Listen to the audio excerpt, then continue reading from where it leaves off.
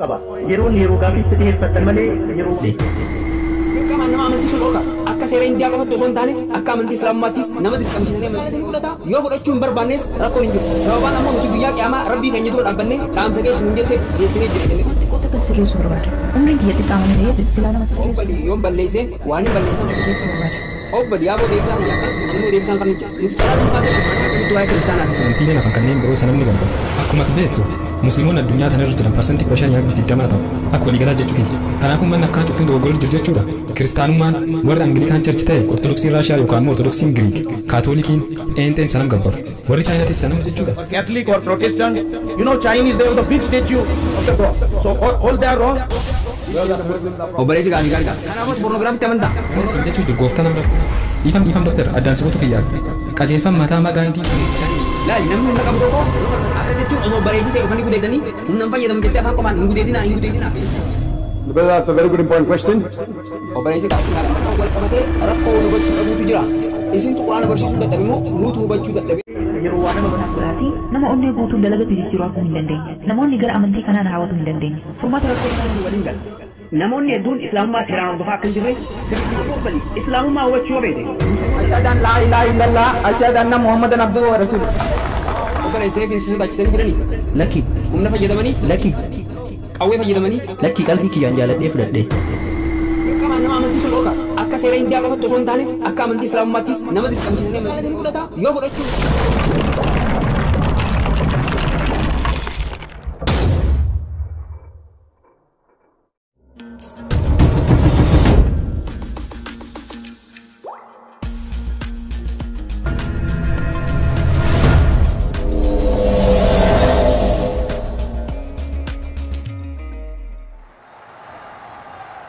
Now we would have the open question and answer session. We would request you to kindly maintain the... Amma yeroo gaafii fi deebisaati. Nagaaf tasgabbiidhaan gaafilee keessan akka gaafattan isinirraa barbaanna. Dr. Zakir gaafilee keessaniif deebisaa ni kenna. Namoota 100,000 lakkaa'aman kan asitti argaman kana keessaa akka tilmaama kiyyaatti 75 ol kan ta'an musliimoota. Namoonni 10,000 lakkaa'aman kunniin ummata nagayaati moo akkam? Ummata amala gaarii qabu moo akkam? Shororkeessitoota tokkoo fi lama fudhachuudhaan ummata kana hunda bakka bu'an jechuu hin dandeessan. Ummanni asitti argame kun fakkeenya ummata Indiyaati. Fakkeenya ummata addunyaa kan karaa Peace TVtiin nu ilaalaa jiruuti. Argitanii nuti warra nagayaati. Mata duree keenya kana ni xiinxallina. Waan mormuu qabnus dhugaa qabannee ni mormina. Akkasumas yeroo gaafiif deebisaa kan akka amma geggeessuuf deemnu kanas ni qabna. Yeroo keenya kan gaafiif deebisaa jalqabuuf deemna. Mata duree Islaamummaan furmaata namummaati jedhu irratti hundooftanii waan barbaaddan gaafatuu dandeessu. Maayikiraafoonota 3 isiniif qopheessinee jirra. Tokko waltajjii kana duratti gama bitaatti argama. Tokko ammoo gara duubaatiin warra dhiiraatiif, tokkos dubartoota keenyaaf duubatti qopheessinee jirra. Obboleewwan teenya waan barbaadan gaafatuu danda'u. Gaafiin keessan mata duree irratti xiyyeeffatuu qaba. Gabaabaa fi kan ijoo dubbii seeraan ibsu ta'uu qaba. Yeroo gaafii itti dhiyeeffattan malee yeroo waa nama barsiistanii miti. Yeroo takkaan gaafii takka qofa gaafatuu dandeessu. Lammaffaa yoo qabaattan ammoo hiriira duubatti deebi'uun dabaree keessan eeggatuu dandeessu. Akkuma Dr. Zakir ibse warroonni muslima hin ta'in carraa duraa akka argatan taasifama. Gaafii duraa gaafatuufis dursi isaaniif kennamee jira. Akkasumas gaafii lammataa yoo qabaatan wayita hiriira duubatti deebi'an muslimoota duratti akka hiriiran godhama. Namoonni muslima hin ta'in homaa hin sodaatinaa. Nuti obboleewwan keessan gaafiin duraa dubartootarraa fuuna. Obboleewwan shamaraa carraa duraa argatu. Maqaa fi dalagaa keessan gaafii dhiyeeffatuun dura ibsaa. Sunis Dr. Zakir deebisaa isiniif malu akka kennu isa gargaara. Hayya obbolii. I'm Mrs. Bhavna Ansari. Maqaan kiyyaa aadde Bhavna Ansari jedhama. Waanan jedhu kana karaa nagayaa fi jaalalaatiin naaf hubadhu. Dhiifama naaf godhi. An hawaasa Jeen keessatti dhaladhe. Hawaasa Hinduu keessa jiraadhe. Mana barumsaa Pure Convent keessatti baradhe. Akkasumas nama muslimaatti heerume. Heeraa fi seera gaa'ela Hindiyaa irratti hundaa'ee heerume. Islaamummaa ammoo akka amantii kiyya kan onnee irraa jaaladhutti fudhachuuf hawwii guddaan eegaa ture. Haa ta'u malee obboleewwan kiyya wanti isin barsiistan hubannoo gaarii naa kennuu keessaniif isin galatoonfachuu barbaada. Ana akka nama haarawaarra dhalateeti. Garuu haasawni keessanii fi wanti islaamummaa keessa jiru dhiifama naaf godhaatii nama onnee guutuun dalagatti jijjiiru arguu hin dandeenye. Namoonni gara amantii kanaa na hawwatuu hin dandeenye. Furmaata rakkoo kanaa naaf kennuu dandeessaa? Sababni fundamentalizimiin islaamummaa keessa jiru waan gaariidha.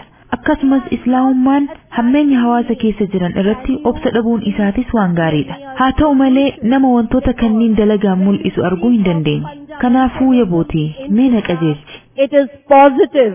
When you speak of intolerance, it's positive. But in practice, I don't find. So can you please guide me? Sister, that's a very good question. First of all, I'd like to obboleettiin gaafii gaarii gaafatte jalqaba irratti baga gammaddeen isin jechuu fedha akkasumas baga nagayaan dhufte jechuun barbaada. Lammata dhaladhe reborn jette garuu jechi sirriin islaamummaa keessatti itti fayyadamnu revert yookaan deebuu kan juuta. Akka nabiin keenya jaalatamaan sallallahu alaihi wasallam jaanitti daa'imni hundi diinii fixraa irratti dhalata. Muslima ta'ee dhalata. Muslim jechuun nama fedhinnaa isaa rabbii ol aaneef kenne jechuudha. Namni hundi gaafa dhalatu nama fedhinnaa isaa rabbiif kenne ta'ee dhalata. Boodarratti namni sun maatii isaatiin, hangaftoota isaatiin, barsiisota isaatiin dhiibbaa jala seena. Kana booda namni sun nama ibidda gabbaru ta'uu danda'a. Nama karaa sirrii irraa maqeta. Kanaafuu wayita namni sun karaa duraatti deebi'u gara amantii ganamaa sanitti wayita deebi'u gara diina fixraatti yeroo deebi'u jechi sirriin itti fayyadamnu convert jijjiirrate takkaa'u reborn lammata dhalate osoo hin taane revert itti deebi'e kan juuta. Kanaafuu obbolii baga nagayaan gara amantii nagayaa fi fedhinnaa kee rabbiif kan nuti deebiteen siin jechuu barbaada. Gaafii keetiin wal qabatee barumsa kenname hordoftee jirta. Qabxiilee tarreeffamaniis walii galtee jirta. Waa'ee islaamummaa dubbistee jirta. Garuu wanti siif liqimsamuu dide akka ati jettetti musliimoonni hedduun waan islaamummaan barsiisu hordofuu dhabuu isaaniiti. Furmaanni waan kanaa maali jettee gaafatte. Obbolii waan ati jettu waliin gala. Namoonni hedduun islaamummaa seeraan hordofaa akka hin jirre sirriitti walii gala. Haa ta'u malee akka qorannooleen garaagaraa mul'isanitti amantiin hordoftoota hedduu qabu. Wayitaan kana jiru waa'ee baay'ina miseensaa haasawaan jiru. Yoo mataa namaa lakkooyte tokkoffaan kiristaanummaadha. Gara biliyoona 2 ta'u. Islaamummaan biliyoona 1 fi miliyoona 300 hanga biliyoona 1 fi miliyoona 400 ta'a. Haa ta'u malee parsanteejiidhaan amantiin miseensota haqaa qabu kan hordoftoota barsiisa amantii sanii dalagaarra oolchan heddumminaan qabu islaamummaa. Islaamummaan gama kanaan tokkoffaadha. maximum. But yet, haa ta'u malee lakkoofsi biliyoona 1 fi miliyoona 300 ta'us namoonni hedduun kan miliyoonatti lakkaawaman amantii kana seeraan hordofan jiran. Kanaafuu obbolii islaamummaa hubachuu yoo feete musliimoota ilaalin akkumaan yeroo hedduu jiru amantii tokko hubachuu yoo barbaaddan hordoftoota amantii sanii ilaalina. Maddeen amanamoo amantii sanii ilaala. Yaaboo ana ilaalina. Musliimoota naannoo keessan jiran ilaalina. Fakkeenya makiinaa fi shufeera dubarratti isinii kenneetiin jira. Makiinaan sun hangam gaarii akka ta'e beekuu yoo barbaadde nama makiinaa oofuu hin dandeenye fiddee akka oofu eega gooteen booda yoo makiinaa san dhakaa mukatti buuse eenyu komatta? Makiinaa moo namicha oofu? Nama oofu san komatta. Kanaafuu yaaboo islaamummaa musliimoota laalaa hubachuudhaaf hin cinqamina. Sababa kanaaf qophii akkanaa qopheessuun musliimootaa fi warra musliiman ta'iniifis barumsa kennina. Musliimoota hanqina qaban gara dhugaa isaan dhiyeessuudhaaf yaalla. Sababaan ammoo tarii warri sun warra maqaan qofa muslima ta'an ta'uu malu. Nuti ammoo muslima akka ta'aniif tattaafanna. Yeruma sanitti dhaamsa islaamummaa san namoota musliman ta'iniifis dabarsu jirra. Haala saniin amantii kana hubachuun isiniif salphachuu danda'a. Maatii isheen keessatti dhalattus ummata musliman ta'iniin marfamtus nama muslima ta'etti heerumtus har'a garuu eega barumsa kenname hordofteen booda waa'ee islaamummaa eega baratteen booda gara amantii haqaatti deebite. Amma dura maqaa san qabaachuu waan qabduuf ansaarii maqaa jiruun waamamaa turte. Har'a garuu gara amantii dhugaatti deebitee jaalattee ittiin waamamta. Baga gammaddesiin jechuu barbaanna. Obbolii islaamummaa hubachuuf nama fakkeenya godhachuu yoo barbaadde fakkeenyi gaariin Nabiyyi Umuraa fi golobbii kan ta'an Nabi Muhammad sallallahu alaihi wasallam. the last and final messenger, Prophet Muhammad, peace be upon him. Quraanni kunii fi haasoyni ergamaa Rabbii rakkina ilma namaatti furmaata qaban. Musliimoota ilaalin musliimoonni gariin islaamummaatti dhiyoo ta'uu malu. Gariin ammoo islaamummaarraa haalaan fagoo ta'uu malu. Kanaafuu gara madda bu'uuraa ilaali. Hubadhu hordofi inshaallah addunyaa tanattis akhirattis nagaa argatta. Inshaallah hedduu si galatoomfadha. Obbolii gaafii keetiif galatoomi. Hayya obboleessa. Sir, my name is Professor Sethi. I am an engineer by profession. Maqaan kiyya Professor CD jedhama. Ogummaan injinar. Dalagaa barsiisummaatis itti jira. ayyama rabbiitiin gama herregaatiin nama jabaadha. Dalagaa jirtu kanarratti waan gammadeef waaqni umrii ammasii kenne caala akka dachaasiif godhu isa kadha. Muslimtoonni asitti argaman ammoo gaafii kiyya jalqaba irratti akka gaafadhu na hayyamuu isaaniitiif isaan galatoonfachuu barbaada. Ani hinduu waan ta'eef Baaguwaa Digiitaa fi Raamayaan dubbiseera. Mana sagadaas dhaqee ture. Haa ta'u malee soddaan kiyya muslima waan ta'eef Qur'aana naaf kenne. Qur'aanas yeroo lama dubbiseera. Ammaan Qur'aan hordofaa jira jedhee ifaan ifatti dubbachuun hin danda'a. Du'aayiwwan jiran gara Ingiliffaa jijjiiruun itti fayyadamutti jira. Maqaa Rabbii akkaan mararfataa fi araaramaa taheen uumaa jiraachisaa fi tursiisaa addunyaa kanaa mootii guyyaa qiyaamaa awwaan kana yeroo hedduu yeroo 30 yeroo 50 dubbisutti jira. Yeroon osoo na hin daangessin Rabbi kadhachuutti jira. Saniin ammoo hedduu gammadaadha. Gaafiidhaan deebisaa argachuu dhabeef madda galii kiyyaati. Hangama herregaatiin cimaa waan ta'eef waan stock market jedhamu irratti qorataa teknikaati. Dalagaa gabaa kanarratti waan future and option jedhamu nama cimaadha. Gabaa stock jedhamu kana namni asitti argame hundi waan beeku natti hin fakkaatu. Beekumsa herregaatiin cimaa yoo taate akkaataa waa itti dalagdu yoo beektu xumura ji'aa irratti yeroo hunda bu'aa argatta. Dalagaan kun tapha herregaati. Namoonni hedduu waan kana hin hubatan. Dalagaa akkanaa kanarraa galii argataa jiraachuun hayyamamaadha. Anama maallaqa argataa jira. Ubdiras argachuun hin danda'a. Wanti kun waggoota dabre sadiif na cinqaa ture. Awwaan dogongoraa dalaguun fedhu. Wanti kun dogongora yoo ta'e ifirraa dhiisa. Gara dalagaa barsiisummaa deebi'uu danda'a. Profession forever. Alhamdulillah. Because that's a very good question and I appreciate that after obboleessi gaafii gaarii gaafate egaa Raamayaanii Bhagavad Gita fi kitaaban Hindu dubbiseen booda Quraanaas yeroo lama dubbisuu isaa dinqisiifachuun barbaada. Waan Quraana irraa dubbiseenis walii galeera. Soddaa muslimaatis qaba. Akkasuma gama herregaatiin nama cimaadha. Anis gama herregaatiin nama cimaan ture. Kutaa tokkorraa kaasee hanga 9 fi 10 always back the price. Without saying, sir, mind-boggling memory. I've never seen a person like you. And if God grace, I will be at your place. Yoo si rakkisuu baadhe annama akka keetii waa sammuutti qabachuu danda'u hin agarre. Fedha Rabbiitiin bakka keessan dhaabbachuu fedha. Inshallah, inshallah. Inshallah. Dura gaafii isaatiif deebisaa kannee gara dubbii isaa kan xumuraa dhufa. Gaafii isaatiin wal qabatee namni kun gabaa stock market jaamu keessa jira.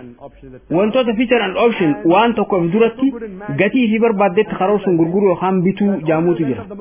Ati herregaa fi xiinxala irratti nama cimaadha. Kanaafuu xumura ji'aa irratti yeroo hunda bu'aa argachaa jirta. Kanaafuu gaafiin kee maallaqni argachaa jirtu kun haraam moo halaal kan jedhu. Gabaa stock jaamuun wal qabatee akka jiru sanitti haraami miti. Waan isa keessatti hojjettuutu gama islaamummaatiin ilaalama. Islaamummaa keessatti wanti haram jedhame ribaa yookaan dhala. Quraanni bakka garaagaraa 8tti dhala nyaachuun haram jeesee jira. Suuraa Al-Imraan suuraa 3:130 irratti, suuraan isaa suuraa 4:161, suuraa Al-Baqaraa suuraa 2:275, 276, 278 irratti yaa warra Rabbitti amantan, Rabbi sodaadhaa. Yoo mu'mintoota taatan dhalarraa waan namarratti hafe dhiisaa jedha. Warra ribaa hin dhiisneen ammoo Rabbi suuraa Al-Baqaraa suuraa 2:279 irratti yoo waan kana dalagaarra oolchuu diddanii ribaa nyaattan lola Rabbii fi ergamaa isaa irraa ta'e beekadhaa jedha. Kanaafuu ribaan waa hojjechuun dhorkaadha. Haa ta'u malee gabaan aksiyoona stock market hanga murtaa'eenis ta'u seera gabaa islaamummaas keessaa qaba. Baankii irraa maallaqa liqeeffachuurra nuti waliin taanee gamtaa uumnee hojjenna.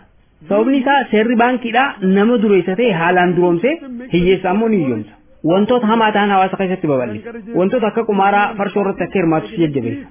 Sirni islaamummaadhaa adda. Baankiin islaamummaattis adda. Islaamummaan bu'aa fi kasaaraa walqixa qooddachuu ni jajjabeessa. Stock market keessatti aksiyoona bitatta. Kanaafuu miseensa warshaa sanii taate jechuudha. Parsantii tokko tahee 5 tahee 0.5 tahee ni argatta. Kanaafuu bu'aa fi kasaaraa walqixa qooddachuun islaamummaa keessatti ni jajjabeeffama. Kanaafuu warshaa aksiyoonaa keessa hojjetta taanaan sirni achi keessa jiru yoo seera shari'aa kan hin faalleessine ta'e yoo aksiyoona warshaalee farshoo oomishanii hin bitin, aksiyoona warra dhalaan daldaluu yoo hin bitin, aksiyoona warra zinaa irratti hirmaatanii yoo hin bitin rakkoon qabu. Dhaabbilee hammeenya hawaasa keessatti babal'isan kanneen akka farshoo dawaalee sammuu namaa dochan dhaabbilee zinaa babal'isan tarii dhaabbilee filmii fi kanneen kana fakkaatan yoo aksiyoona dhaabbata kanneen bitatte haramta. Lammaffaan yoo oduu facaasuu keessatti hirmaatte suni qumaara beekta. Gabaa stock market jaamu keessatti namoonni meeshaa bitanii daqiiqaa lama booda ammoo deebisanii gurguran. Sunis odeeffannoo qaban irratti hundaa'eeti. Qumaara dalaguun islaamummaa keessatti dhorkaadha.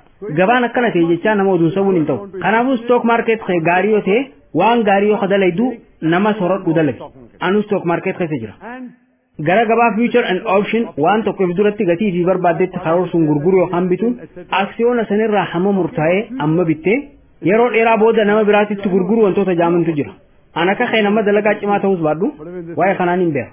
Wanti duratti yaadamaa godhamu dhorkaadha. Gabaa margin trading jedhamu maallaqa liqeeffachuun waan dalagamu hamma murtaa'ee wantoota akka real estate irratti ni hayyamamu. Parsantii 10 amma bittee itti dabalaa deemuun ni danda'ama. Sababni isaa mana san kafaltee fixuudhaaf yeroo dheeraa sitti fudhachuu mala. Waggaa 2 keessatti kafaltee fixuu qabda. Amma parsantii 10 kafaluu qabda. Parsantii 20 immoo booda kafalta. Hammi isaa dabalaa deema jechaa gurgurattee rakkoon qabu. Haa ta'u malee gabaa aksiyoonaa keessa wanti akkasiin jiru. Gabaa fiichar irratti wanti akkasiin jiru. Meeshaa saniif harkaa waan hin qabneef jecha maallaqa hamma murtaa'e kafaltee namni biraa immoo si gargaaree yoo gatiin gad bu'e immoo waan hedging jedhamu fayyadamta. Hedging beektaa kasaaraa kee wal madaalchisuuf kallattii lameenitti dalagu wantoonni kunniin islaamummaa keessatti hin hayyamaman. Haa ta'u malee istoo qulqulluun wanti ati dalaydu sun waan islaamummaan hayyamamu taanaan ni ta'a. Akka ati jettetti wanti maallaqa guddaa namaaf argamsiisu kun yoo islaamummaa keessatti hin hayyamamne ni dhiise. Kanaafuu maallaqni ati argachaa jirtu kun yoo maallaqa nagaa hin taane dhaabuu qabda. Wanni nu yaachisuu qabu nagaa dachi tanaatii fi akhiratti argannu ta'uu qabu. Nageenya addunyaatti aantutti argannu nageenya akkaan dheeraadha. Kanaafuu ati waan halaala argachaa jirtu taanaan addunyaa tanattis waan gaarii argattee akhirattis ni argatta. Rabbiin subhaanahu wa ta'ala addunyaa tanaaf akhirattis akkasii milkeessuu fi nagaa isaa siisuun si kadhadha. Deebisaa siif kan jeetiyya. As well as in the akhirah, the next one. Hope that answers the question. Galatoom. Yeroo naa kennitee deebisaa quubsaa naaf kenniteef galatoom. Waan naan jetti seeraan hordof. Galatoom.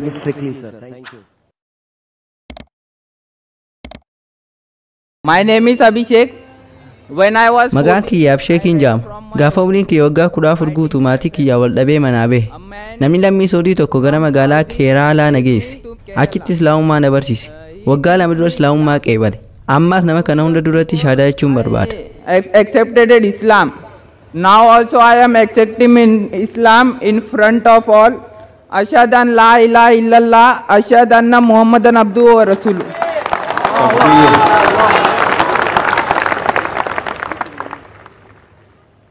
Dear brother, I welcome you and I congratulate you to the religion of peace. Obboleessa kiyya jaalatamaa baga nagaan dhufte baga gara amantii nagaa dhufte warri Saawudii seefii fayyadamuu dhabuu isaanii ragaa baata jeetti namana. Obboleessa seefiin si sodaachisanii jiranii? Lakki. Humna fayyadamanii? Lakki. Qawwee fayyadamanii? Lakki qalbii kiyyaan jaaladhee fudhadhee.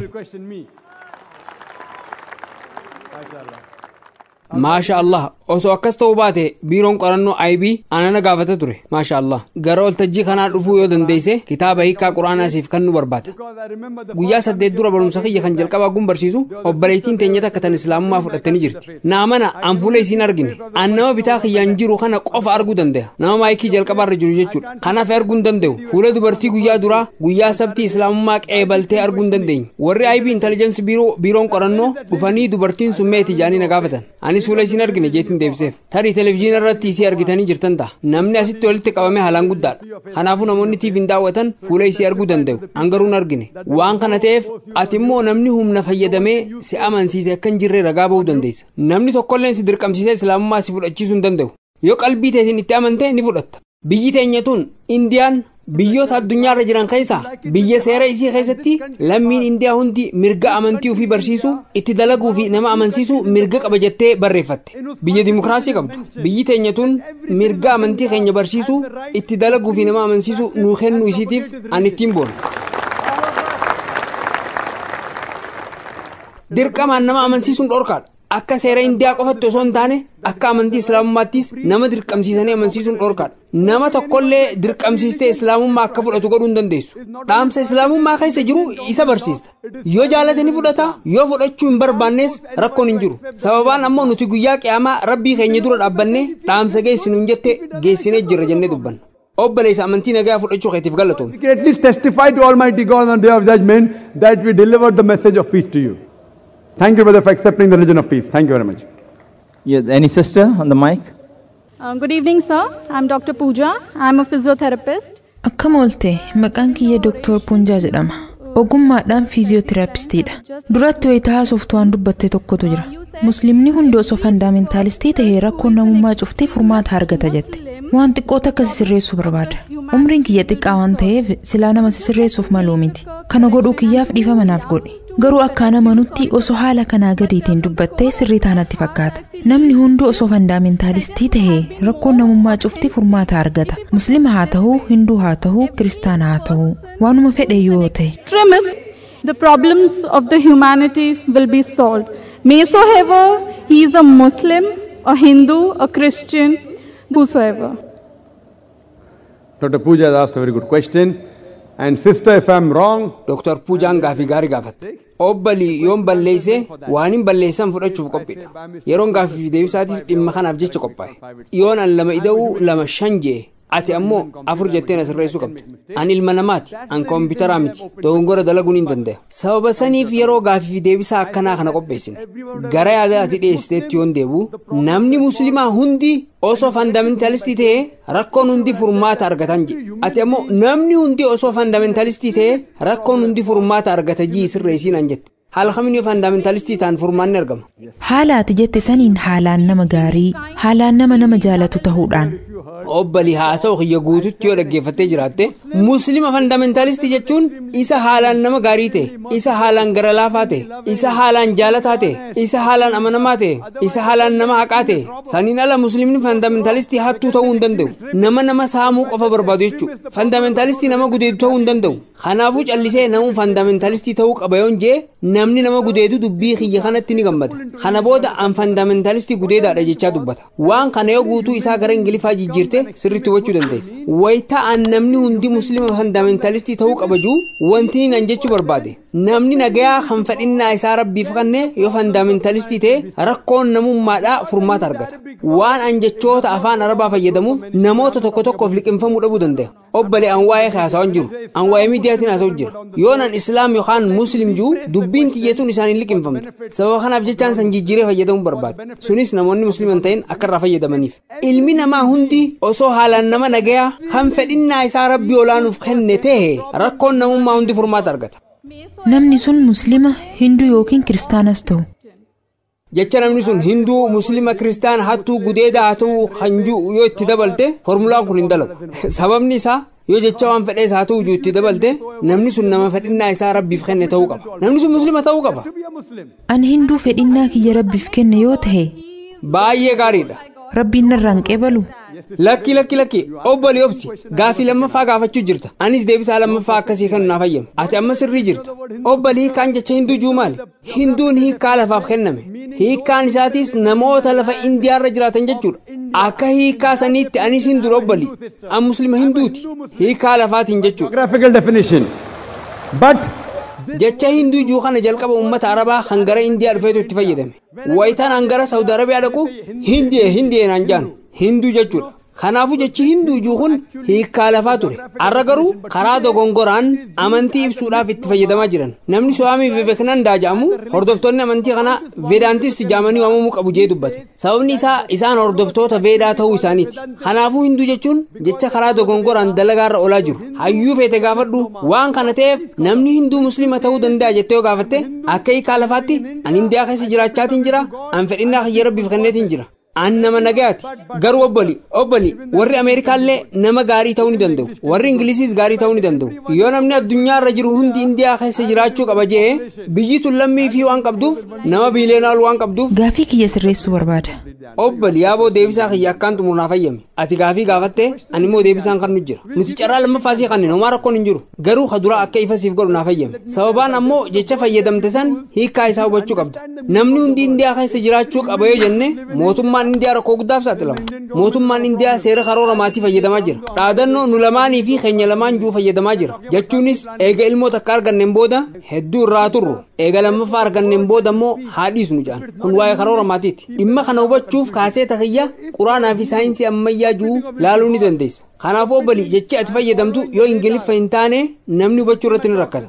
Kanaafuu ati hinduu fedhinnaa ta'e rabbiif kennite yoo taate fedhinnaa kee kennite Veedaa hordofuu qabda. Obbali haasa'u kiyya wal fakkeenya islaamaa fi hinduuzim juu yoo hordoftee jiraatte Veedaan waaqa tokkotti amanuu qabda jedha. Veedaa yoo kan hordoftu Chandoogii Abbanishaat boqonnaa 6 kutaa lammaffaa lakkoofsa 1 irratti irratti ekkam evatitiyam rabbi tokko lammaffaa hin qabu jaamee ibsameera. Yajurveedaa boqonnaa 32 lakkoofsa 3 irratti naatasii partimaasti rabbi isaniif partimaan hin jiru jaamee ibsamee jira. Partimaa jechuun fakkii siidaa boca suuraa jechuudha. Kanaafuu akka veedaatti rabbiin sun suuraa fakkii boca siidaa hin qabu. Kanaafuu ati hinduu taate veedaa keessatti ergamaan biraa ni dhufa jaamee ibsamee jira. Ergamaan sunis maqaan isaa Nabi Muhammad jaama sallallahu alaihi wasallam. Kalkii puraanaa boqonnaa 2 lakkoofsa 5 lakkoofsa 7 lakkoofsa 9 lakkoofsa 11 lakkoofsa 15 irratti ergamaan kun magaalaa nagayaa keessatti dhalate jaamee ibsamee jira. Sunis Makka. Maqaan abbaan isaa Vishnuyaas jaamee ibsamee jira. Gabricha rabbii jechuudha. Sunis Abdullah jechuudha. Sunis maqaa abbaa Nabi Muhammad sallallahu alaihi wasallam. Maqaan haadha isaa Sumatii jaamee jira. Hiikkaan isaatis nagaa fi tasgabbii jechuudha. Afaan Arabaatiin Aminaa jechuudha. Sunis maqaa haadha Nabi Muhammad sallallahu alaihi wasallam. ji'a maazab guyyaa 12ffaatti dhalate jaamee jira. Akkuma beeyin rasuulli sallallahu alaihi wasallam ji'a Rabiul Awwal guyyaa 12ffaa dhalate. Hiriyoota 4 qabaate jaamee jira. Waa'ee khulafaa raashidiin haasawaa jira. Waan kana yeroo dheeraaf haasawuun hin danda'amu. Waa'ee wal fakkeenya Islaamummaa fi Hinduuzimii irratti haasawaa taasiseetiin jira. Obbalii wanti nan jechuu barbaadu kitaaba addunyaarra jiru kana keessaa inni tokko kalaama rabbiiti kan jiru irratti walii hagallu. Warri Hinduu Veedaan jecha rabbiiti jaan. Warri Kiristaanaa macaafni dubbii rabbiiti jaan. Musliimoonni Quraanni kalaama rabbiiti jaan. Wantoota wal fakkaatoo kitaabban kanneen keessa jiran hordofuu irratti walii hagallu.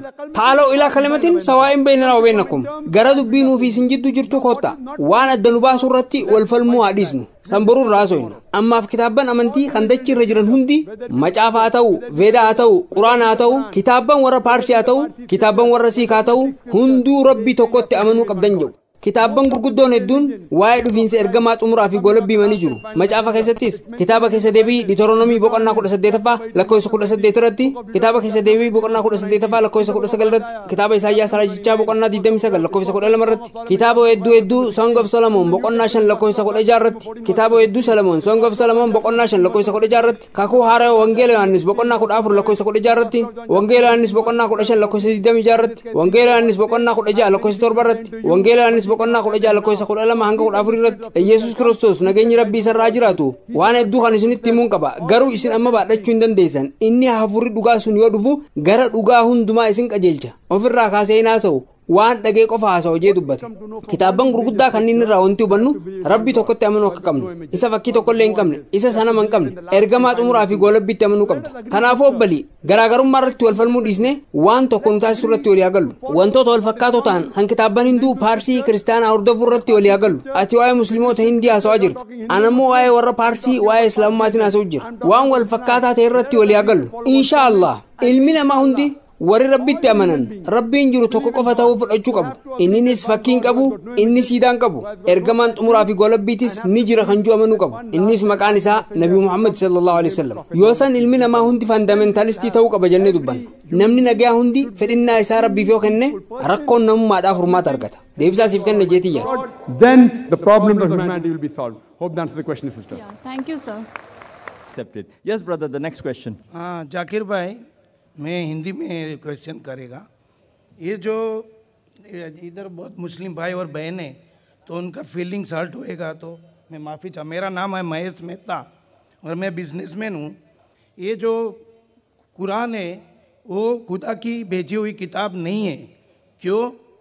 क्योंकि ये जो तौरेत जबूर इंजिल जो भेजा, तौरेत मूसा अलैहिस्सलाम को भेजा, जबूर दाऊद अलैहिस्सलाम को भेजा और ईसा अलैहिस्सलाम को तो इंजिल दिया.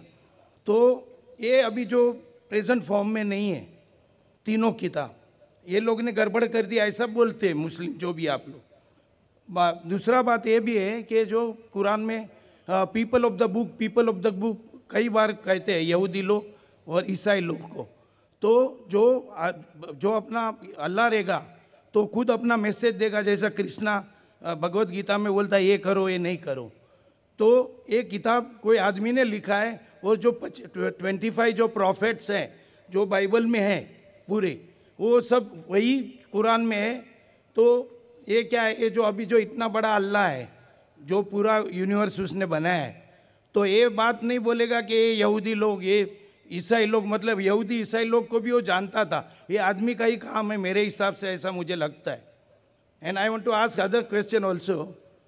1 minute. You know, I travel to so Let him answer the first question, okay, then okay. we will allow you a second one, Okay. brother. The brother asked the question. He says, and I know Mahesh Bhai, he's been coming to IRF since 1991. obboleessii bara 1991 irraa kaasee gara IRF dhufaa ture. Inni hanga musliimoonni kaasitan irraa fudhatan caala kaasita hedduu fudhateera. Inni namoota barumsaa fi kaasitoota IRF irraa fudhatan irraa warra duraati. Maayish wanti gaafate akka quraanni jirutti kitaabban duraanii kan akka Tawraat, Zabuur, Injiil, Muusaa, Daawudii fi Iisaa alayhi salaam irratti buufan. Musliimoonni ammoo kitaabban kunniin jijjiiramanii jiran jedhan. Kanaafuu wayita quraanni waa'ee Yahudootaa dubbatu yaa warra kitaabaa jedha Yahudootaa fi Kiristaanaa jechuudha. Wayita akkana jiru quraanni harka namaatiin barreeffamuu isaa hin agarsiisu. Akkasuma wanti ati gaafachuu barbaadde. Quraanni akkamitti waa'ee Kiristaanaa fi Yahudaa dubbataa kan jiru.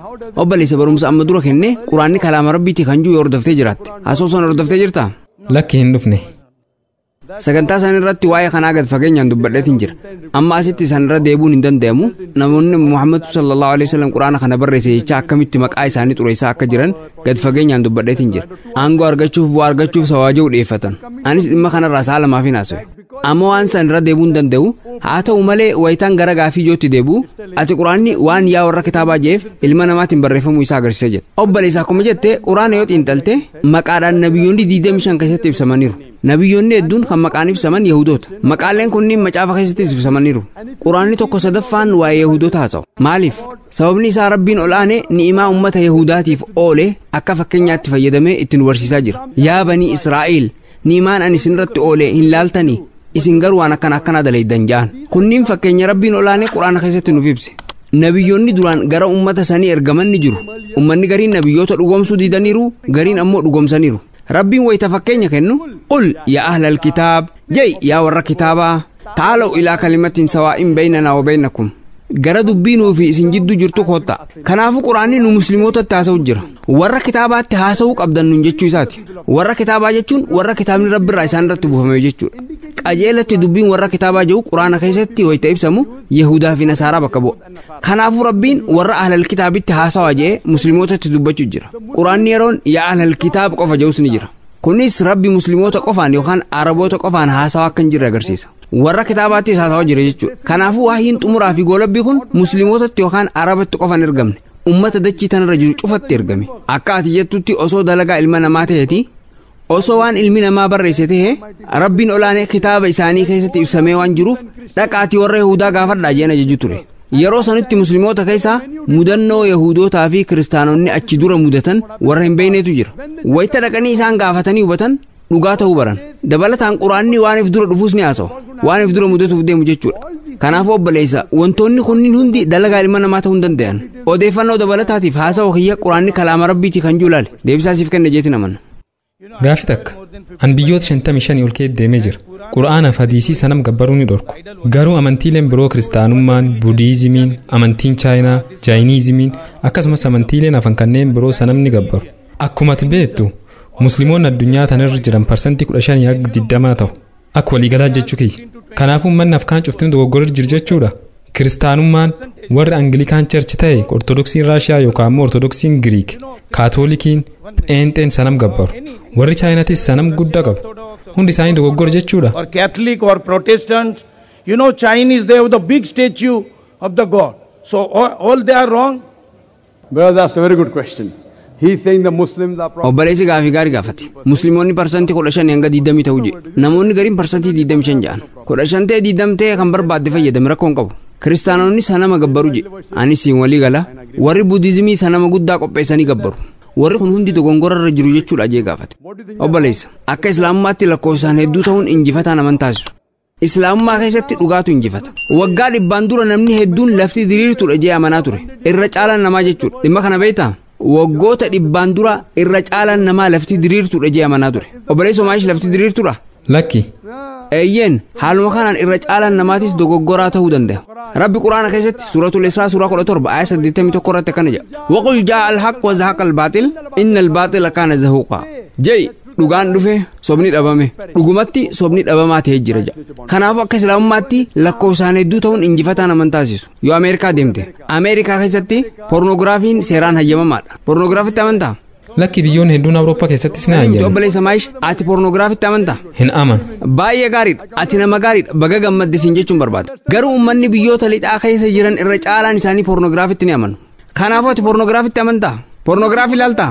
lakki baay'ee gaariidha agarte ati amma dhugatti dhiyoo jirta kanaafuu irra caalaa ta'uun nama moosisu akka ati jettetti kiristaanummaa keessa sanama gabbaruun ni jira amantii kiristaanummaa keessa sanama gabbaruun hin jiru warra kiristaanaatu sanama gabbaraa jira malee akkuma musliimoonni muraasni dogongora hojjetanitti jechuudha yoo macaafa warra kiristaanaa dubbistee jirta jeetiin abdadha macaafa keessatti kitaaba keessa deebii Deuteronoomii boqonnaa 5 lakkoofsa 7 hanga 9tti waaqayyo kana jedha gooftota biroo na cinatti hin qabatin waan samiirra jiruu fi waan dachiirra jiru yookaan waan bishaan keessa jiru raayis siidaa tolfattee isaaf hin sagadin isaafis hin hojjetin ani waaqayyo gooftaan kee waaqayyo hinaafaadha dhaamsi wal fakkaataan kitaaba seera ba'u Exodus boqonnaa 20 lakkoofsa 3 hanga 5 akkana jedha gooftota biroo na cinatti hin qabatin waan samiirra jiruu fi waan dachiirra jiru yookaan waan bishaan keessa jiru raayis siidaa tolfattee isaaf hin sagadin isaafis hin hojjetin ani waaqayyo gooftaan kee waaqayyo hinaafaadha kanaafuu akka kakuu moofaatti sanama gabbaruun dhorkaadha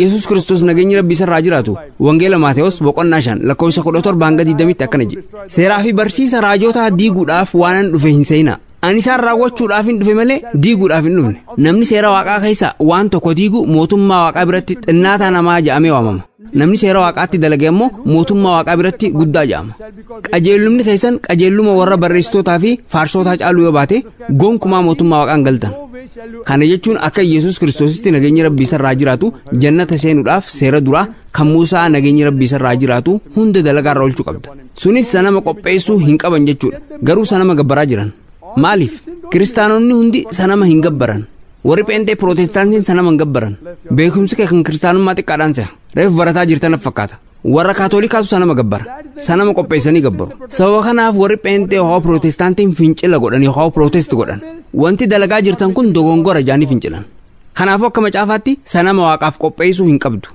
dubbii ati jetteen walii galaa warri hinduu hedduun isaanii sanama gabbaru durarratti waa'ee kana dubbadheetiin ture naatasii partimaa astii gooftaa saniif partimaan hin jiru fakkiiwwan gooftaa san bakka bu'an hin jiran siidaan gooftaa san hin jiru soodduun gooftaa san hin jiru obboleessaatti sanama gabbartaa gabbaruu jira kanaafuu veedaa hordofaan jirtu jechuudha an amantii hunda ni aman sababii isaa waaqii amantiilee kanneen hunda waan uumeef obboleessa ati amantii hunda hordofaa jirta taanaan amantiilee kaawwan hordoftus hordofuu baattus hinduuzimii hordofaan jirtu jechuudha obboleessa ati hinduuzimii hordofaan jirtu wanni an siin jechuu jiru gooftaan nama rafuu jiru waan hundallee akkasuma ni beeka dachiif samii kan cufallee isumattuu kanaafuu amantii hunda ni beeka akkuma islaamummaa beeku amantiin cuftinu bakki isaanii akka qabaatan ni beeka obboleessa yeroo takkaan gaafii takka qofa gaafadhu hiriira guddaatu si duubaan jira gaafii kee itti aanuuf deebisaaniin kenna san booda hiriira duubatti deebi yeroo san gaafii gaafatu dandeessa waliigallee gooftaan rafaa jira jette rabbi waa'ee kanaa deebisaa kennee jira quraana keessatti suuratul baqaraa suuraa 2ffaa ayaa 255 irratti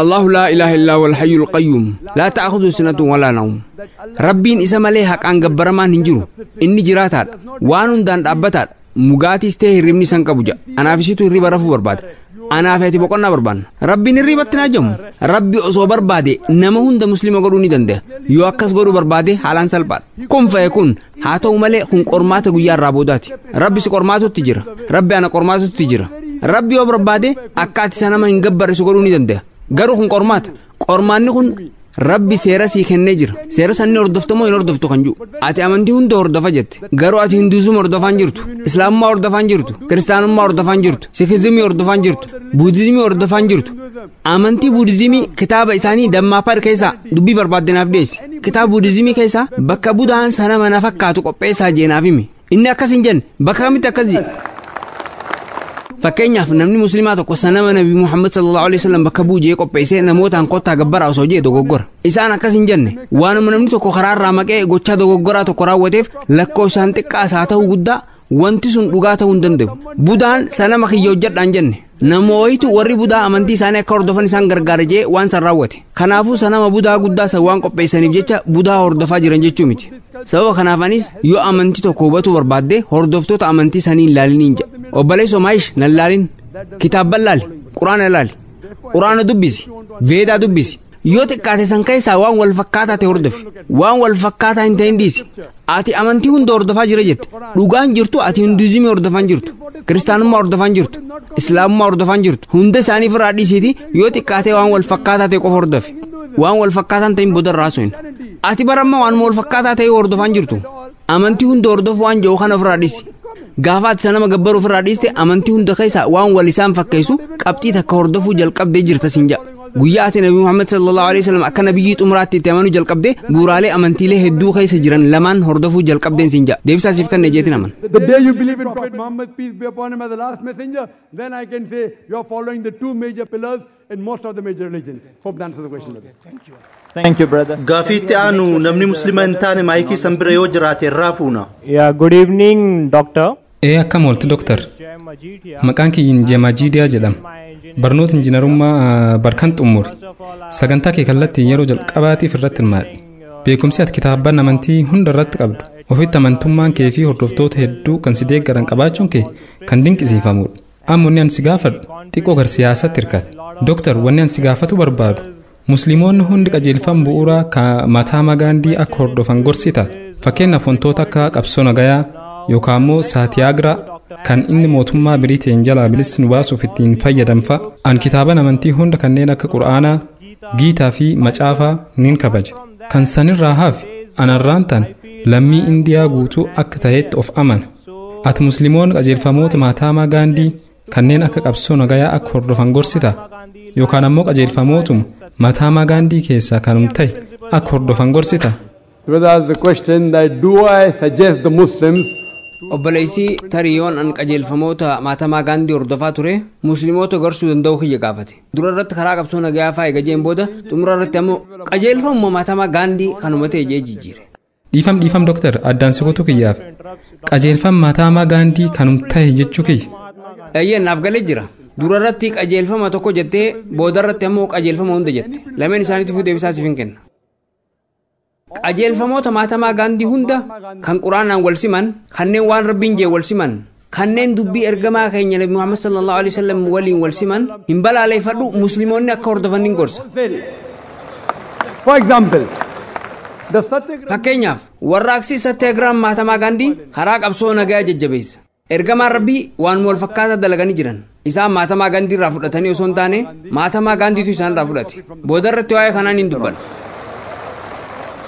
Jireenya Nabi Muhammad sallallahu alaihi wasallam wayita laaltu waggoota duraa 13 Makka keessatti dabarsan. Hordoftoonni isaanii akka jeequmsa hin uumne ajajanii jiran. Musliimoonni yeroo sanitti islaamummaa qabalan hedduun loltoota ciccimoo turan. Ergamaan rabbiitis jihaanni keessan sabriidha jedhaniin.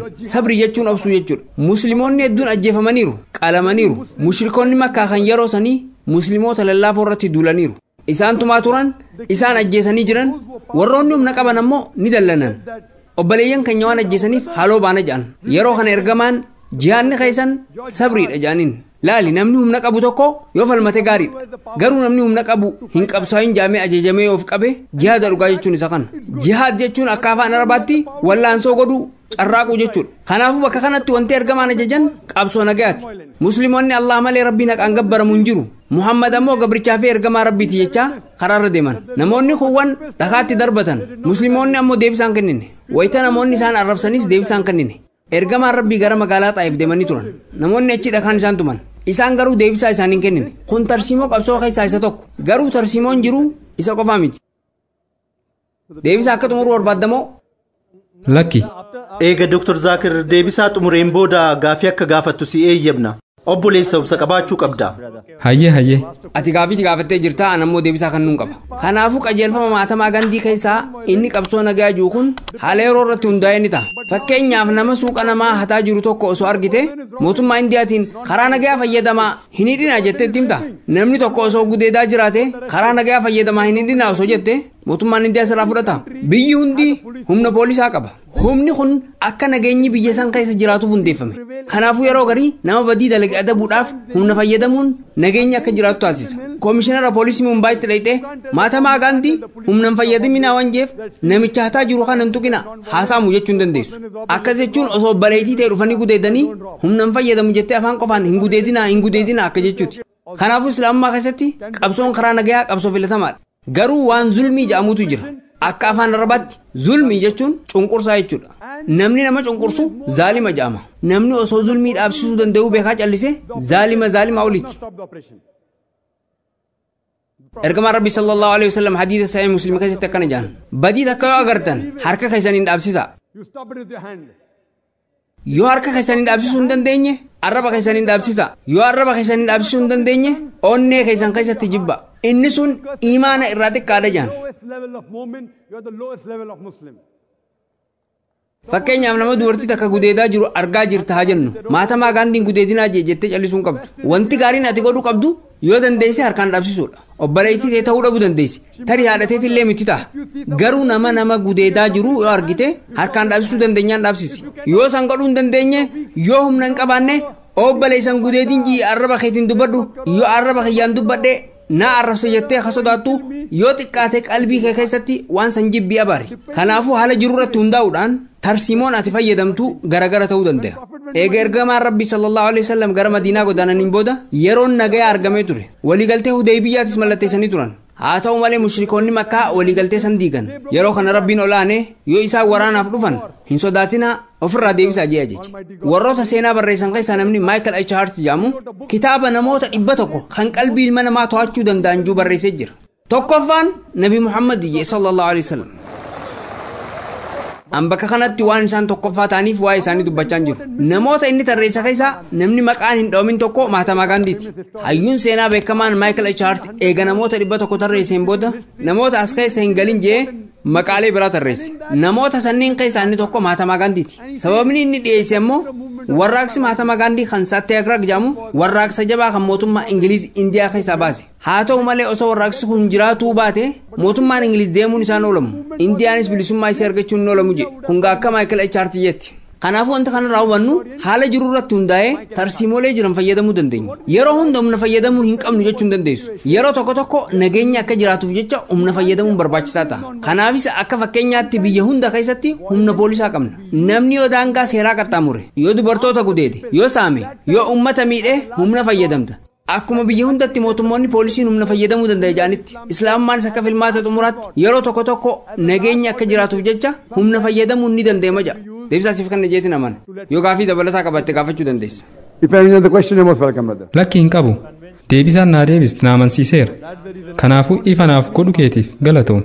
Sababa kanaaf hin addaan nan kutin siin jedhe kun dalagaatiyya ana ogummaa kana keessa tureera yoon deebisaa kiyya guutuu kenne namoonni amanuu danda'u yoon an deebisaa jalqabu namoonni gariin mormuu jalqabu osoo an deebisaa kennuu yoo harka kee baaftu iyyeeffannaan kee gaafii gaafatuuf taatu sanirratti waan ta'eef deebisaan kennaa jiru qalbii qulqulluun ni hubattu kanaafuu qalbii qulqulluun yoo dhaggeeffattan inshaallah deebisaa isinii kennuu danda'a yoo deebisaan isin hin qubsine inshaallah carraa lamataa isinii kennina.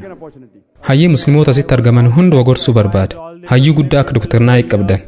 Kanaafuu yaa aboo islaamummaa parsantii 100 hordofaa. Namoonni islaamummaa parsantii 100 hordofan hin jiran shakki jedhutu jira. Kanaafuu musliimoonni hunda parsantii 100 islaamummaa hordofuun indiyaanii boonsu jedha abdadha. Galatoom. 100%. So I hope all the Muslims will follow the Muslim religion 100% and make India proud. Thank you. Thank you very much, brother. obboleessa hedduu galatoomi musliimoonni hundi nabi Muhammad sallallahu alaihi wasallam fi kitaaba xumuraa fi golabbii quraana kabajamaa akka hordofan gaafadha obboleessi musliimoonni parsantii 100 akka na hordofuu qaban dhaamee jira anammoo innis yoo xiqqaate dhimma quraanaa fi hadiisaa irraa waan dubbadhu irratti akka na hordofuu isa gaafadha kanaafuu obboleessa waan dhufuuf deemu ne yoo an quraanaa fi hadiisatti dalagee na hordofi yoo an quraanaa fi hadiisa hin hordofne an zeeroodha zaakir naayik faayidaa takka illee hin qabaatu wanti an jiru yoo ajaja xumuraa fi golabbiitiin akkasumas ergamaa xumuraa fi golabbii nabi Muhammad sallallahu alaihi wasallam wal sime na hordofi kanaafuu dhimma quraanaa fi hadiisaa irratti waan dubbadhu irratti akka na hordoftu si gaafachuun barbaada. Hayyoo obbolii gaafii itti aanu. Assalamu alaikum. This is Bhagya. Assalamu alaikum. Bhageshri Seefan Jam. An Muslima miti. Amma Islaamummaa nama kana hunda duratti keebaluun fadha. Namoonni kun hundi guyyaa murtaa'e sararagaa akkanaaf bahaniin fadha. On my shahada on the day of judgment. Ashhadu anna ilaha illallah.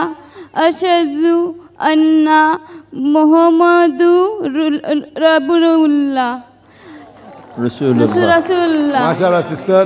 I think Dr. Zakir can pronounce it properly and she can repeat. If I say it. MashaAllah obbali. Ansija ati anabo danji. Ashhadu anna ilaha illallah. Illallah. Wa ashhadu anna. Wa ashhadu anna Muhammadan. Muhammadan. Abduhu wa rasuluhu. Rasulullah. I bear witness. an ragaan baha Allah malee haqaan gabbaramaan biraan jiru Allah malee haqaan gabbaramaan biraa hin jiru akkasumas Nabi Muhammad sallallahu alaihi wasallam gabrichaa fi ergamaa rabbii olaanaati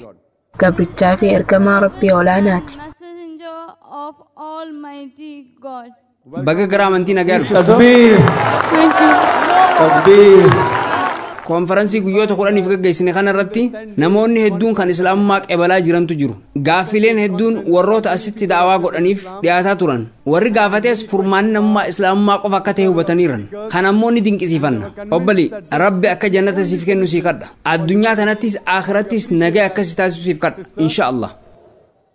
And I pray to Allah subhanahu wa ta'ala to grant you Jannah, peace in this world and the next world, inshallah. Any questions, sister? You are most welcome to ask. Obboleettiin musliiman taane takka eenyummaa isii beeksisuu hin barbaaddu. Hayyee osoo eenyummaa isii hin ibsin gaafii gaafatuu dandeessa. Isiin barattuu digrii lammataati. Rabbi maaliif maqaa Allaha jedhuun qofa ibsama? Maqaalee birootiin maaf hin waamamne jettee gaafatte. The sister asked the question. Rabbi maaliif maqaa Allah jedhuun waamama? Maqaa biraatiin maaf hin waamamne jettee gaafatte.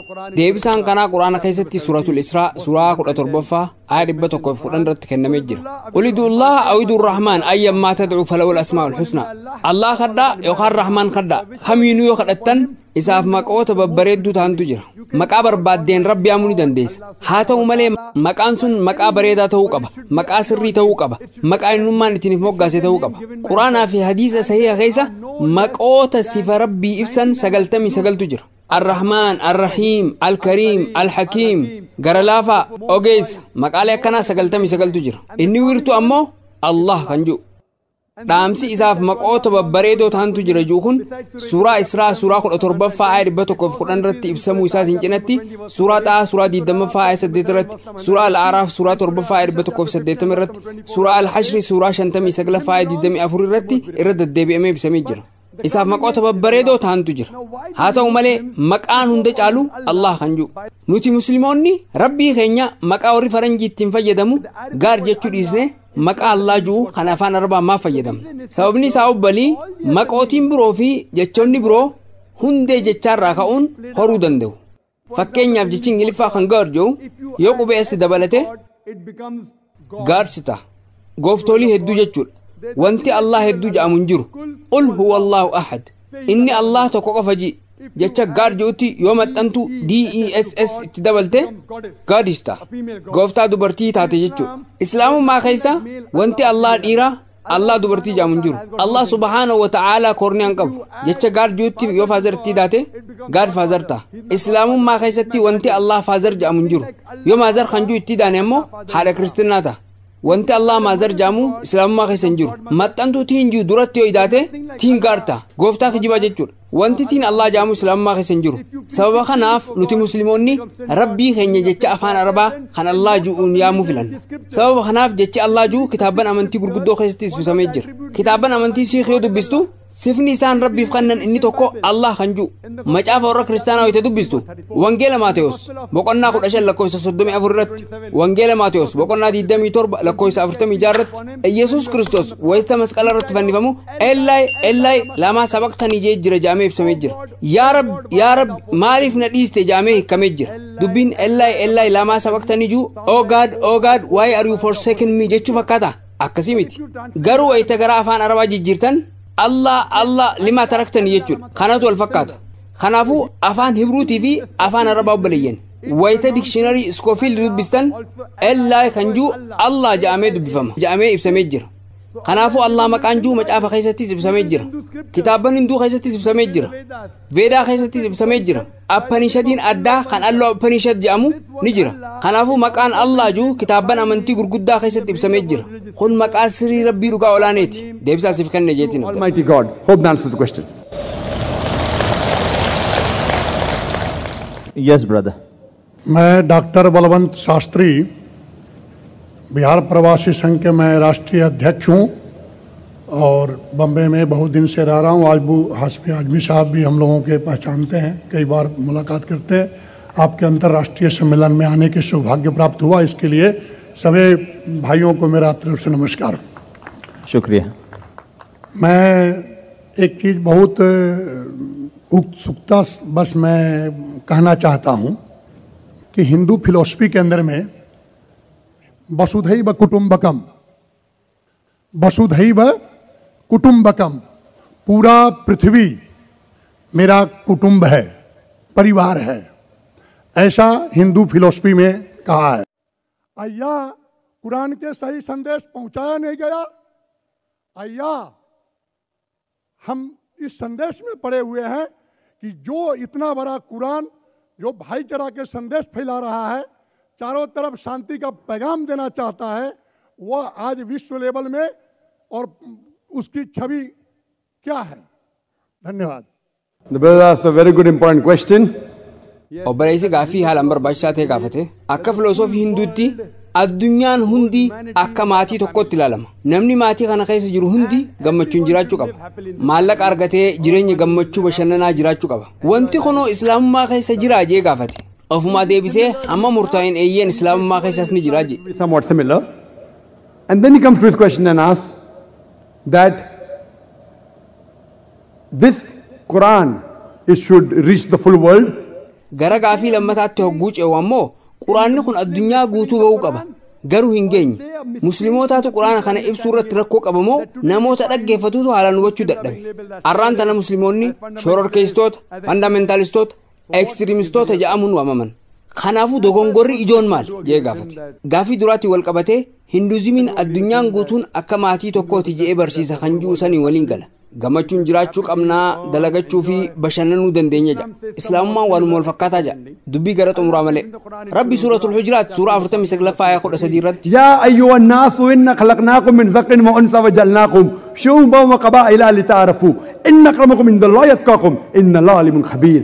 Yaa ilma namaa nuti dhiiraa fi dubartoota irraa isin uumnee akka ittiin wal beeytaniif sabaa fi gosaan isin qoonne jedha. Quraanni ilmi namaa dachii irra jiru hundi akaakileen isaa kan jalqabaa nama lama ta'uu isaanii ibsa. Aadamii fi Hawwaadha. Rabbi lameen isaaniitu irraa jaalatu. Itti aansuun Rabbi sabaa fi gosatti addan qoqqoote. Lugaa garagaraa fi bifa garagaraa akka qabaannu taasise. Kunis akka nuti wal beeynuuf tajaajila. Rabbii keenya duratti ulaagaa wal nu caalchisu qabeenyaa miti, kutaa hawaasummaatii miti, bifaa miti, saalaa miti, taqwaadha. Amma suuruma amma isinii ibse suuraa Hujuraat suuraa 49 ayaa 13 irratti itti fufuudhaan Rabbi biratti irra kabajamaan keessan irra Rabbi sodaataa keessan Rabbi beekaa keessa hubataadha jedha. Hinduuzim keessatti dalagadhaatii gammachuun jiraadha jedhamee ibsame. Jireenya keenya gammachuun gaggeeffachuu qabnaa. Eeyyan garuu sun taqwaa irratti hundaa'ee ta'uu qaba. Ulaagaan ol'aantummaa siif kennu taqwaadha. Gaaromina sodaa rabbiiti. Maallaqaa miti, qabeenyaa miti, saalaa miti, gosa hawaasummaatii miti. Gara gaafii lammataa ho'i dhufnu quraanaan wal qabatee rakkoo hubachuu dhabuutu jira. Isintu quraana barsiisuu dadhabe moo nuutu hubachuu dadhabee jee gaafate. Obboleessa sababa kanaaf sagantaa akkanaa kan islaamummaan furmaatanummaati iyyuu qopheessin. Rakkoon jiru warra miidiyaatu islaamummaa karaa dogongoraatiin hawaasaaf dhiyeessaa jira. Nuti musliimoonni dogongora mataa keenyaa ni qabna. Dhimma kanarratti waan ati jetteen walii gala. Nuti miidiyaa irratti ogummaa laaftu qabna. Kanaaf nu warra musliimaatu qeeqamuu qaba. Dhaamsa islaamummaa nama biraan gahuun dirqama nama muslima hundaati.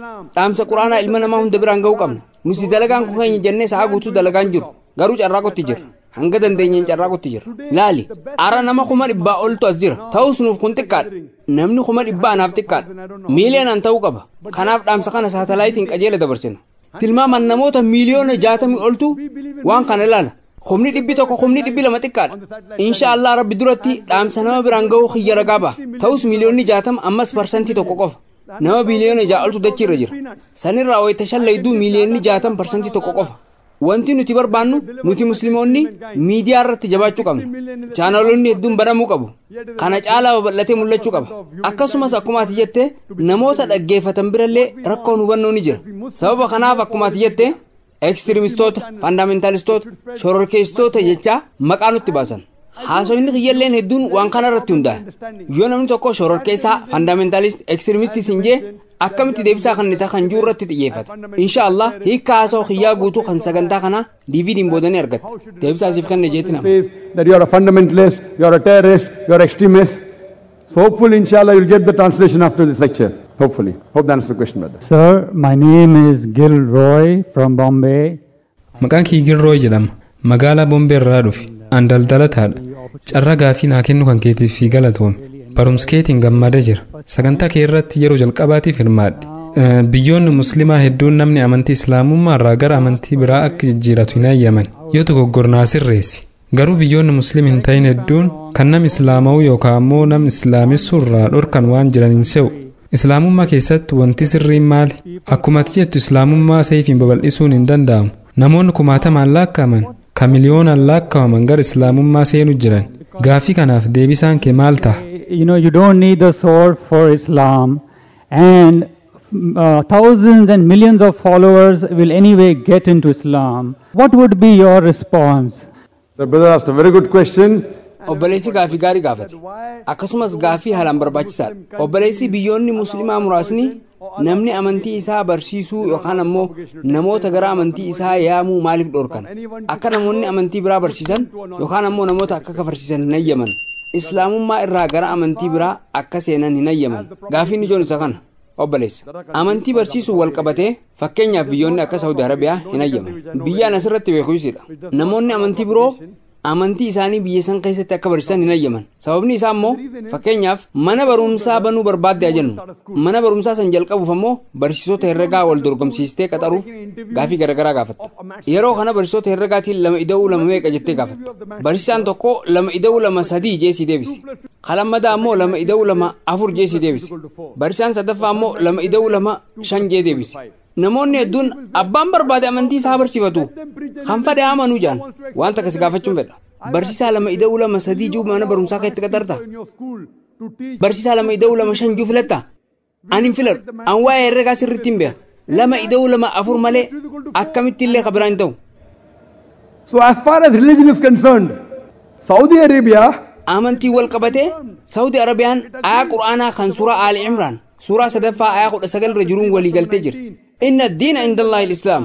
Amantiin Rabbi biratti fudhatama qabu Islaamummaa qofa. Waan dogongoraa kan biraa akka barsiisan hin ayyaman. Garuu gara saayinsii fi teekinooloojiitiin warra Ameerikaatiin koottaa barsiisaa jechaa affeeran. Ingilaandirraa nama fidatan. Indiyaarraa illee nama fidatan. Kun rakkoon qabu. Saayinsii fi teekinooloojii irratti Saudi Arabiyaan jabduu miti. Saayinsii fi teekinooloojiin wal qabatee namoota Ameerikaa, England, Singapore, Philippines, Indiyaa fi addunyaa cufarraa fudhatanii jiran. Haa ta'u malee amantiidhaan wal qabatee amantiin qabatan sirrii ta'uu guutumaan guututti amanu.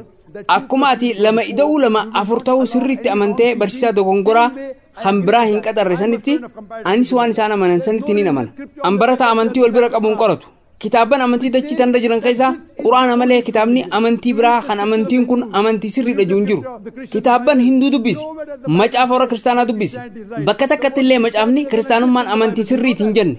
Maqummaan kiristaanummaa jiru macaafa keessa hin jiru. Waan kana beektaa jechi kiristaanummaa jiru macaafa keessa hin jiru. Jechi Hinduu jiru Veedaa keessa hin jiru. Bakka takkatti illee Veedaan kun amantii sirriiti jeen dubban. Bakka takkatti illee macaafni kun amantii sirriiti jeen dubban. Kanaafuu Quraanni kitaaban amantii dachii tanarra jiran keessaa kan Rabbiin ifatti inna diina indallahi al-Islaam jee keessatti dubbate. Amantiin Rabbii duratti fudhatama qabu Islaamummaa qofa. Kanaafuu amantii barsiisuu fi da'awaa godhuu wal qabatee namoonni biroo waan dogongoraa akka barsiisan hin ayyaman. Indiyaan biyya amantii irraa wala baati. Biyya Hinduutii miti. Seera keessatti barreeffamee jira. Allammi Indiyaati. Akkaataa teessuma lafaatiin Indiyaa keessa waan hin jiraadhuuf ani Hinduudha. Garuu hordofa amantii Islaamummaati. Biyya tana keessatti amantii kiyya barsiisuu fi nama amansiisuun mirga dhalootaan argadha. Sun waan seera keessatti barreeffame. Kanaafuu akka amantiin hin barsiifamne barbaaddan seera keessan jijjiiruu qabdu. Country to preach, propagate and practice this religion. That is what is in the constitution. So you have to change your constitution. Thank you, brother. Can we have the next question from the sister side? सलाम अलैकुम जाकिर भाई, मेरा नाम नीलम शिरके है। मैं हिंदू फैमिली की हूँ। मैंने आपका लेक्चर आज़ाद मैदान में similarity of Hindu and Muslim सुना था और उस दिन से मैं इस्लाम पसंद करती हूँ। आज सबके सामने मैं इस्लाम कबूल कर रही हूँ। ला इलाहा इल्लल्लाह मुहम्मदुर रसूलुल्लाह। आमीन। Marshall, congratulate sister just for the benefit of those who don't understand. maasha Allah obbalii warra afaan hindii sirriitti hin beeyneef ifa gochuudhaaf obbaliitiin teenya waggaa muraasa dura haasawaan Ambombaay bakka Hazarmeedhaa jedhamutti haasawee yeroo duraatiif dhaggeeffatte. Mata dureen haasawaa sanii ammoo wal fakkeenya islaamummaa fi hinduuzimii jedha. Guyyaa sanirraa kaasee islaamummaa jaalachaa turte. Har'a islaamummaa daandii jireenya isii godhattee qabaltee jirti. Nutis baga gara amantii nagaa dhuftee siin jenna. Rabbi akkas irraa qeebalu sii kadhanna. Inshaallah addunyaa fi akhirattis waan gaarii akka argattu si hawwina. Galatooma obbalii. Gaafiin jiraa? Yeah. I was Sandhya. Now I am Zara Bilal Khan. Eeyyen maqaan kiyya kan dhalootaa Sandhyaa jedhama. Amma Zahraa Bilal Khan jedhama. Gara islaamummaa seenee jira. Waa takka adda baafatuu barbaada. Wanti murtii jedhamuu fi kan isa fakkaatu hin jiru jette. Garuu Keraalaa keessa bakka tokkotu jira. Siidaan tokko kan dhakaa irraa tolfame ni jira. Sanamni kun guddachuutti jira. Maaf guddata? Sister asked a question, nothing like Murti I said, but she knows of a place in Kerala in which wanti murtii jedhamu hin jiru jetteerta. Garuu Keraalaa bakka wayiitti siidaan dhakaa irraa ta'e tokko ni jira. Wanti sun guddachuu jira. Akkami guddata jettee gaafatte. Kana jechuun siidaa sanirra wanti wayii ni jira jechuudha. Obbalii gaareen akka guddatan beektaa? Eeyyen kanaafuu siidaan illee haaluma saniin guddachuu danda'a. Ni guddata jechuun lubbuuf keessa qaba jechuu miti. Lakki wanti kun waan dhakaa irraa tolfamee miti. Waanuma dhakaa keessaa ol bahaa jiru wayiiti. Wanti nan sitti himaa jirus kanuma. Obbalii gaareen illee ni guddatu. Akkamitti guddatan? Waan kana jiyooloojii irratti barachuu keenyaatis ni beekta. Guddinni isaanii sun akkasumatti itti fufuu danda'a. Fakkeenyonni kanaan wal qabatan hedduutu jira. Fakkeenyaaf waggaa muraasa dura sanamni Ganeesh aannan dhugaa jira jedhamee ture. Kun sirna saayinsii keessatti beekamu kan osmosis jedhamu. Aannan qotatti naqxee waan ittiin xuuxan istiroo itti gootee yoo wayii itti maxxansite aannan sun ol ba'a. Kun osmosis jedhama. San jechuun sanamni sun aannan dhugaa jira jechuu miti. Haala saniin dhaabbileen TV hedduun hijibni isaanii jalaa saaxilame. Wantoonni kunniin wantoota sosso'ani. As the Veda clearly mentions, akkuma Vedaan Yajurvedaa boqonnaa 32 lakkoofsa 3 irratti dubbatetti naatasi partima asti gooftaa saniif partimaan hin jiru, suuraan hin jiru, siidaan hin jiru, soodduun hin jiru, fakkiin hin jiru jedhamee ibsame. Deebisaasiif kenne jeeman. Garuu wanti kun bocni sun akkamitti dhakaa keessaa ol bahuu danda'e? Obbalii waa'ee bocaa beektaa? Bocaa wal qabatee namni boca itti godhuu danda'a. Yookaan ammoo uumamumaan bocni sun jiraachuu danda'a. Mukkeen garaagaraa kan oom fakkaatan kan barreeffama laa ilaaha illallah juu fakkaatu ni jiru. Wantoonni kunniin hundi waan xiyyeeffannaa argachuu qabanii miti. Nuti waa'ee dhugaa dubbachuu jira. Gaarreen hedduun kan fuula namaa fakkaatan ni jiru.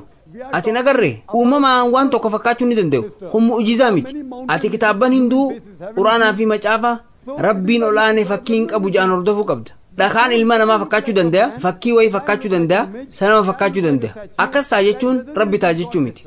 Dhakaaleen kunniin hedduun isaanii suuraaleen soodduuwwan yoo lafa dha'oon ni caccabu. Sanamniif gargaaruu hin dandeenye akkamitti anaafis gargaaruu danda'a. Deebisaasiif kan ne jeeman. Galatoomi obbolii. Hayyee obboleessa gaafii itti aanu. Good evening, sir. My name is Subhash Kamble. I am lecturer from Chemistry Department, Thana College. Akkam oolte. Maqaan kiyya Subhash Kamree jedhama. Muummee walqunnamtiitti barsiisaadha. Wayita haasawa kee jalqabdu qur'aanni ilma namaatiif nagaya kennuurraa dubbata jette. Gaafiin kiyya eega qur'aanni waa'ee nagayaa dubbate maaliif dargaggoonni hedduun biyyoota garaagaraa keessatti maqaa jihaadaatiin kiyyoo shororkeessummaa keessa bu'u? Hubannoon jihaadaa maali? Galatoomi. The brother asked a good question that if Islam and Quran speak about peace, obboleessi gaafii gaarii gaafate. Islaamummaa fi quraanni waa'ee ilma namaatiif nagaya kan nu egaa haasawanii akkamitti dargaggoonni musliimaa hedduun biyyoota garaagaraa keessaa waraana keessatti hirmaataa jihaada godhaa jirra jedhan. Hubannoon jihaadaa maali jee gaafate. Jecha jihaadjuun wal qabatee jechi jihaadjuu jecha afaan arabaa jihaadaa jedhurraa argame. Hiikkaan isaatis carraaquu jechuudha. Qabsaa'uu jechuus ni ta'a. Kanaafuu jihaad jechuun carraaquu qabsaa'uu jechuudha.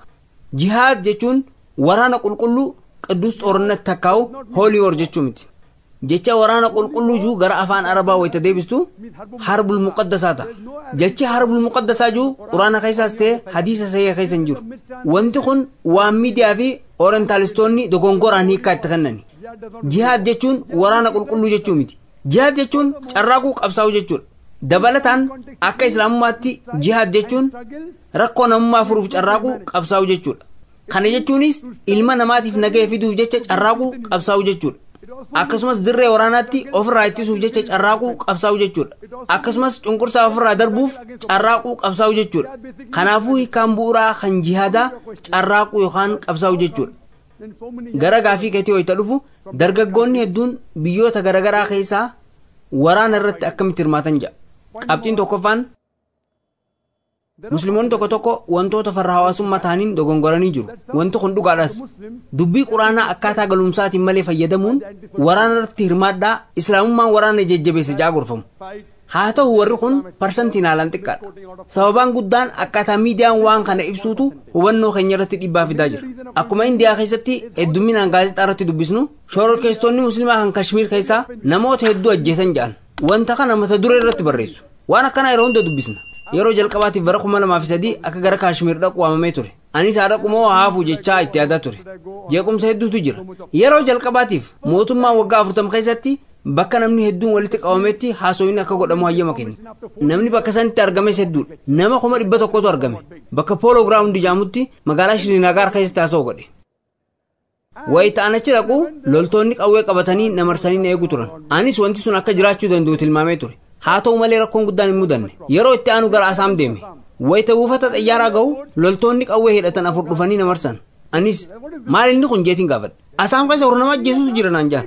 Asaam keessa namni ajjeefama jeetiin gaafadhe. Yoom wanti akkanaa mudate jeetiin gaafadhe. Bakka san silaa loltoonni sunniin jiraachuu baatanii har'a asittiin argamuun ture. Haa ta'u malee gaazexoota irratti waa'ee ajjeecha Asaam keessatti raawwatamuu hin dubbisu. Kashmiir caalaa Asaam keessatti namni hedduun ajjeefama. Waa'ee litiitii eenyutu dhagee beeka? Waa'ee litiitii beektaa? Waa'ee taamilotaa? Taamil taayigarsi jaanii isaan waaman malee shororkeessitoota hinduu isaanii hin jaan. Maaliif? Wayita musliimni Kashmiir nama ajjeese shororkeessitoota musliimaa jaanii yaaman. Hindoonni Asaam keessaa wayita ajjeesan garuu rakkoo naannooti jaanii callisan. Wayita litiitiin nama ajjeesu rakkoo naannoo jaanii callisan. In India, you ask anyone who has the knowledge. Indiyaa keessatti nama beekumsa siyaasaa qabu yeroo hedduu eenyutu nama ajjeese jii gaafadhu. Ajjechaan guddaan warra maa'oo ja'amaniin raawwatama jeesitti hima. Waa'ee jara kanaa gaazexaa irratti hangamta akka dubbisnee jirra. Oduu xixiqqoo keessatti qofa gabaafama. Namoonni hedduun Asaam keessatti ajjeefaman jedhanii oduu gabaabduun bira dabru. Musliimni nama ajjeesnaan oduu ijoo ta'ee dhiyaata. Maaliif? Hawaasa hunda keessa namoonni hamaa ta'an ni jiru. Namni wayii dhufee kun rakkoo lafaatii siin jechuu danda'a. Asaam kan jiru rakkoo lafaatii miti. Rakkoon lafaa Kashmiir keessa jira. Biyyoonni lamaan Indiyaa fi Paakistaan wal waraanaa jiru. Kan miidhamuu hiyyeessa Kashmiiri. Achiis hin taane asiifis hin taane. Afgaanistaan yoo dhaqxee rakkoo lafaa agarta. Ameerikaanonni dhaqanii isaan weeraran. Isaan ammoo ofirraa falmatan. Warri Ameerikaa ammoo shororkeessitoota isaan hin jaan. Waan Falastiinitti ta'aa jirus laali. Yahudoonni Hitlariin Jarman keessa ari'aman. Araboonni abbalammoonni isaanii ahlan wasahlan nagayaan seenaa jaanii isaan simatan. Namni karaa deemuu kan mana hin qabne tokko gara mana keetii akka seenuu isaa ayyamte. Guyyaa muraasa booda manaa si areete. Ati sulaa dura dhaabbattee mana kiyyanaaf deebisi jettee isa gaafatte. Innis shororkeessaa jeesee ama. Shororkeessaa akkamii? They call you terrorist. What terrorist? Kanaafuu waan kana yoo xiinxaltee ilaaltu miidiyaa ta'uu isaa hubatta. Wanti Boosniyaatti ta'aa jirus kanuma. Ati sirrii jette. Warri dura irratti maqaan ibsa musliimoota. Musliimoonni miidhamaa jiru. Namummaan eessa jira? Ummata Falastiiniif maaltu dalagame? Ummata Iraaqiif maaltu dalagame? Meeshaa lubbuu namaa dimshaashitti galaafatu jira jaame. An Saadaam Huseen deeggaruufi miti. An inni muslima gaariidha jee yaadu. Wayita Saadaam bulchaa ture sanitti rakkoon ni jira ture. Eega Ameerikaanonni dhufaniin booda garuu rakkoon sun haalaan hammaate. Waliigallee waa'ee meeshaa waraanaa dimshaashaan nama galaafatu as biratti dubbachuun maal fayyada? Musliimoonni cunqurfamaa jiru. Warri miidhamaa jiru isaanii isin ammoo shororkeessitoota jechaa isaan waamtan. Garuu hawaasa keenya keessallee namoonni rakkoo qaban ni jiru. Haa ta'u malee warri rakkoo qaban kunniin haalaan xiqqoodha. Wanti guddaan as biratti waa dalagaa jiru miidiyaadha. Waa'ee IRA beektaa? Irish Republican Army kan UK keessaati. Kun walitti bu'iinsa Kaatoolikii fi Pirotestaantii jidduutti godhamu. Namni tokkolleen shororkeessitoota Kaatoolikaa jee isaan hin yaamu. Warri kun warra waggaa 100 oliif balaa geessaa ture. Tooni Bileerii fi muummee ministeera isaan booda dhufes waa'ee IRA caalaa waa'ee shororkeessitoota musliimaatiif cinqamu. Waa'ee shororkeessitoota IRA kan namoota 100 lakkaa'aman ajjeesanii cinqaman. Bombee hangam dhoosanii jiran. Warra kan akkamitti dhaabna kan jiru irratti marii dhoo isaan gaggeessu. Warra musliimaa akkamitti dhaabna jaanii mari'atu. Waan baramaadha. Ministeerri Areeniyoo dhufes qajeela musliimoota irratti boombii roobsuu jalqaba. Waa'ee Sabiil Ahmed beektaa? Baay'ee gaariidha. Anis waa'ee isaa dhagee jira. Garuu isa ijaan nagarre. Gaazexaa Indiyaa irratti waa'een isaa dhiyaatee jira. Sabiil Ahmed beektu? Sabiil Ahmed deeggaraa jabaa Dr. Zakir Naayiki. magaalaa Baangaloor keessatti barumsa Dr. Zaakir Naayik kennu qindeessa. Barreeffama waa'ee shororkeessummaa barreessan keessatti waa'ee Sabiil Ahmed haasawanii itti aansu waa'ee Dr. Zaakir Naayik haasawan. Maaliif? Sababni isaa Dr. Zaakir Naayik beekamaa waan ta'eef barreeffamni sun isaaniif dubbifama. Barreeffama sun itti fufuudhaan Dr. Zaakir Naayik haala jabaan shororkeessummaa balaaleffata jedhanii golabu. Maqaa kiyya barreeffama isaanii keessatti itti fayyadaman. Waa'ee dhimma masjiida Bilaal kan Paakistaan keessaa dhageessanii jirtu. Masjiida san keessatti DVD kiyya argan. Eega Dr. Zaakir Naayik shororkeessummaa haalaan balaaleffate jettanii DVD'n kiyya Sabiil Ahmed harka jiraachuu isaatti gammadu qabdu. DVD'n kiyya masjiida Bilaal keessatti argamuu isaatti gammadu qabdu. Ayyoon farra shororkeessaa ta'e musliimoonni kumaatamaan lakkaa'aman kan DVD kiyya laalan gocha shororkeessummaa irraa fagaachuu danda'an. Sababni isaa namni tokko yoo dhukkubsatee doktora bira dhaquu qaba. Sirriidhaami. Namni dhukkubsatee hospitaala dhaquu hin qabu jechuu hin dandeenyu. Namni dhukkubsatee doktora bira dhaquu qaba. Dhaabbileen kunniin dhaabbilee shororkeessummaati jettanii eega kayaaddanii yoo isaan barumsaan an kennu kan dhaggeeffatan ta'e mootummaan Indiyaa haalaan gammaduu qaba. Dr. Zaakir Naayik shororkeessummaa yoo balaaleffatu gammaduu qabdu. Namoonni kunniin dhaggeeffachuu jiran an namoota amansiisuu hin danda'u. Haa ta'u malee namoota muraasa kanneen amansiisuu danda'ee jira. Garuu isaan maqaa kiyya ittiin fayyadamuuf jecha gaazexaa irratti barreessu. Waan tokko islaamummaa qeequu yoo barreessite wanti barreessite karaa salphaa ta'een siif gurgurama. Kun waan baramaadha. Waa'een Kushwan Singis kanumaan wal fakkaata. Kushwan Singi beektaa amma umriin isaa amata 94 ta'a. Bara dabree ana balaaleffachuudhaan gaazexaa irratti waa barreessee ture. Torbaan dabree duras akkanuma ana qeequun barreessee jira. Barreeffama jalqaba barreesse irratti aan barumsa Dr. Zaakir Naayik kennu guyyaa hunda akka nama amantiitti hordofa jee na faarse. Dandeettii kiyya kan waaqumatti qabachuu na faarse. Itti aan sun na qeequu itti fufe. Irra deebuunis barreeffama biraa barreesse. Magaalaa Dalii keessatti agarsiisa kitaabaatu ture. Kitaabni haalaan gurgurame kitaaba Dr. Zaakir Naayik kan gaafiilee baramaa 20 ta'an kan namoonni muslima hin ta'in gaafataniif deebisaa kennamee jiru. Namichi sun waaqumatti qabachuu ni danda'a. Garuu gaafiilee inni dhiyeesse 4 deebisaa kan najee barreesse. Namni sunis waa'ee fombooyyee, waa'ee farshoo, waa'ee dubartoota hedduu fuudhuu fi waa'ee ijaabarratti deebisaa kenne. Waan inni barreesse dubbisuu dandeessu. Yeroo nama qabu waan hunda dubbachuu naan ayyamu. Time will not permit me to speak about everything. In pork, I say that it is the most shameless animal. Waa'ee booyyee irratti aan booyyeen bineensa qaanfii takka illee hin qabne bineensa dhukkuba 70 ol qabatee deemu bineensa hiriyyaan isaa wal qunnamtii wal hormaata akka raawwatu afeeru. Kanaafuu foon booyyee yoo ka soorattu akkuma booyyee taata jee dubbadhe. Bineensi hiriyyaa isaa afeeruun wal qunnamtii wal hormaata akka raawwatu godhu booyyee qofa. And he says that I don't know the Western country they are having pig and I don't see any epidemic or disease. Namichi sunis wayita deebisaanaaf kennu awwaan kanan beeku warri lixaa foon booyyee nyaachuu isaanii hin beeku. Booyyeen dhukkuba 70 ol qabaachuu isaan beeku jee. Laali arraan tana namni hundi dubartii mana bunaa hojjettutti waan dhaqeef qofa eersiin qabamu jechuu miti jaan doktoroonni. Dubartii mana bunaa hojjettu hundi HIV qabdi jechuu miti. Carraan dubartii mana bunaa irraa HIV qabamuu xiqqaadha jaan doktoroonni. Haaluma wal fakkaatuun namni foon booyyee nyaatu hundi dhukkuba foon booyyeetiin dhufuun qabama jechuu miti. Haa ta'u malee arraan tana lammiileen Ameerikaa 150 ol ta'an hypertensioniin miidhamu jiran. Maddii isaanii tokko foon booyyee nyaachuu isaaniiti. Namni sun waa'ee farshootis dubbatee jira. Dr. Zaakir Naayik sababa alkooliitiin dhukkuboota hedduutu jira jee. Quraanni khamrii nama dhorku machaa'u nama dhorka malee jee quraana hiikuufis yaalee jira. An umrii kiyya 94 jiruu kiyya keessatti guyyaa hunda farshoo dhuguttiin jira. Guyyaa takkallee hin machoofne hin dhukkubsanne nama tokkollee miidheen beeku jee. Namichi waggaa 94 kun an guyyaa tokkollee hin machoofne jee. Tarii umriin isaa 94 waan ta'eef waa irraanfachuun oolu. Nama takkallee miine jee inni garuu ana nama miidheera. Kanaafuu wanti nuti hubachuu dandeenyu wayita waan tokko islaamummaa qeequun barreessitu waa'ee namoota beekamoo wayita barreessitu namoota dubbisan hedduu argatta. Namoota si daawwatan hedduu argatta. Kanaafuu arraan tana namoonni shororkeessitoota ja'amaa maqaan itti maxxanfamu kunniin tarii warra bilisummaa isaaniitti falmachaa jiran ta'u. Mootummaan Ingiliz baagaasiin shororkeessaadha jedhu isaa osoo sitti himee maaltu si dhaga'ama? Baagaasiin shororkeessaadha? Shororkeessaadha moo shororkeessaa miti? Baagaasiin shororkeessaadha moo shororkeessaa miti? Dalagaan isaa dalagaa shororkeessaati. Garuu akkaataa hedduutti inni shororkeessaadha? Lakki. Akka kiyyatti shororkeessaadha miti. Kanaafuu waan mootummaan Ingiliz baagaasiin shororkeessaadha jeef anillee isaan waliin ja'uun qabu. Kanaafuu wanti nuti beekuu qabnu waan miidiyaan itti fayyadamu. Sababa kanaaf haasoyni kun mata duree kanarratti hundaa'e. Nutis haala saniin nagaya facaasuu dandeenya jee'ata. Deebisaasiif kan najeetiin abdadha. Galatoomi. Yes, brother. Pranam Guru.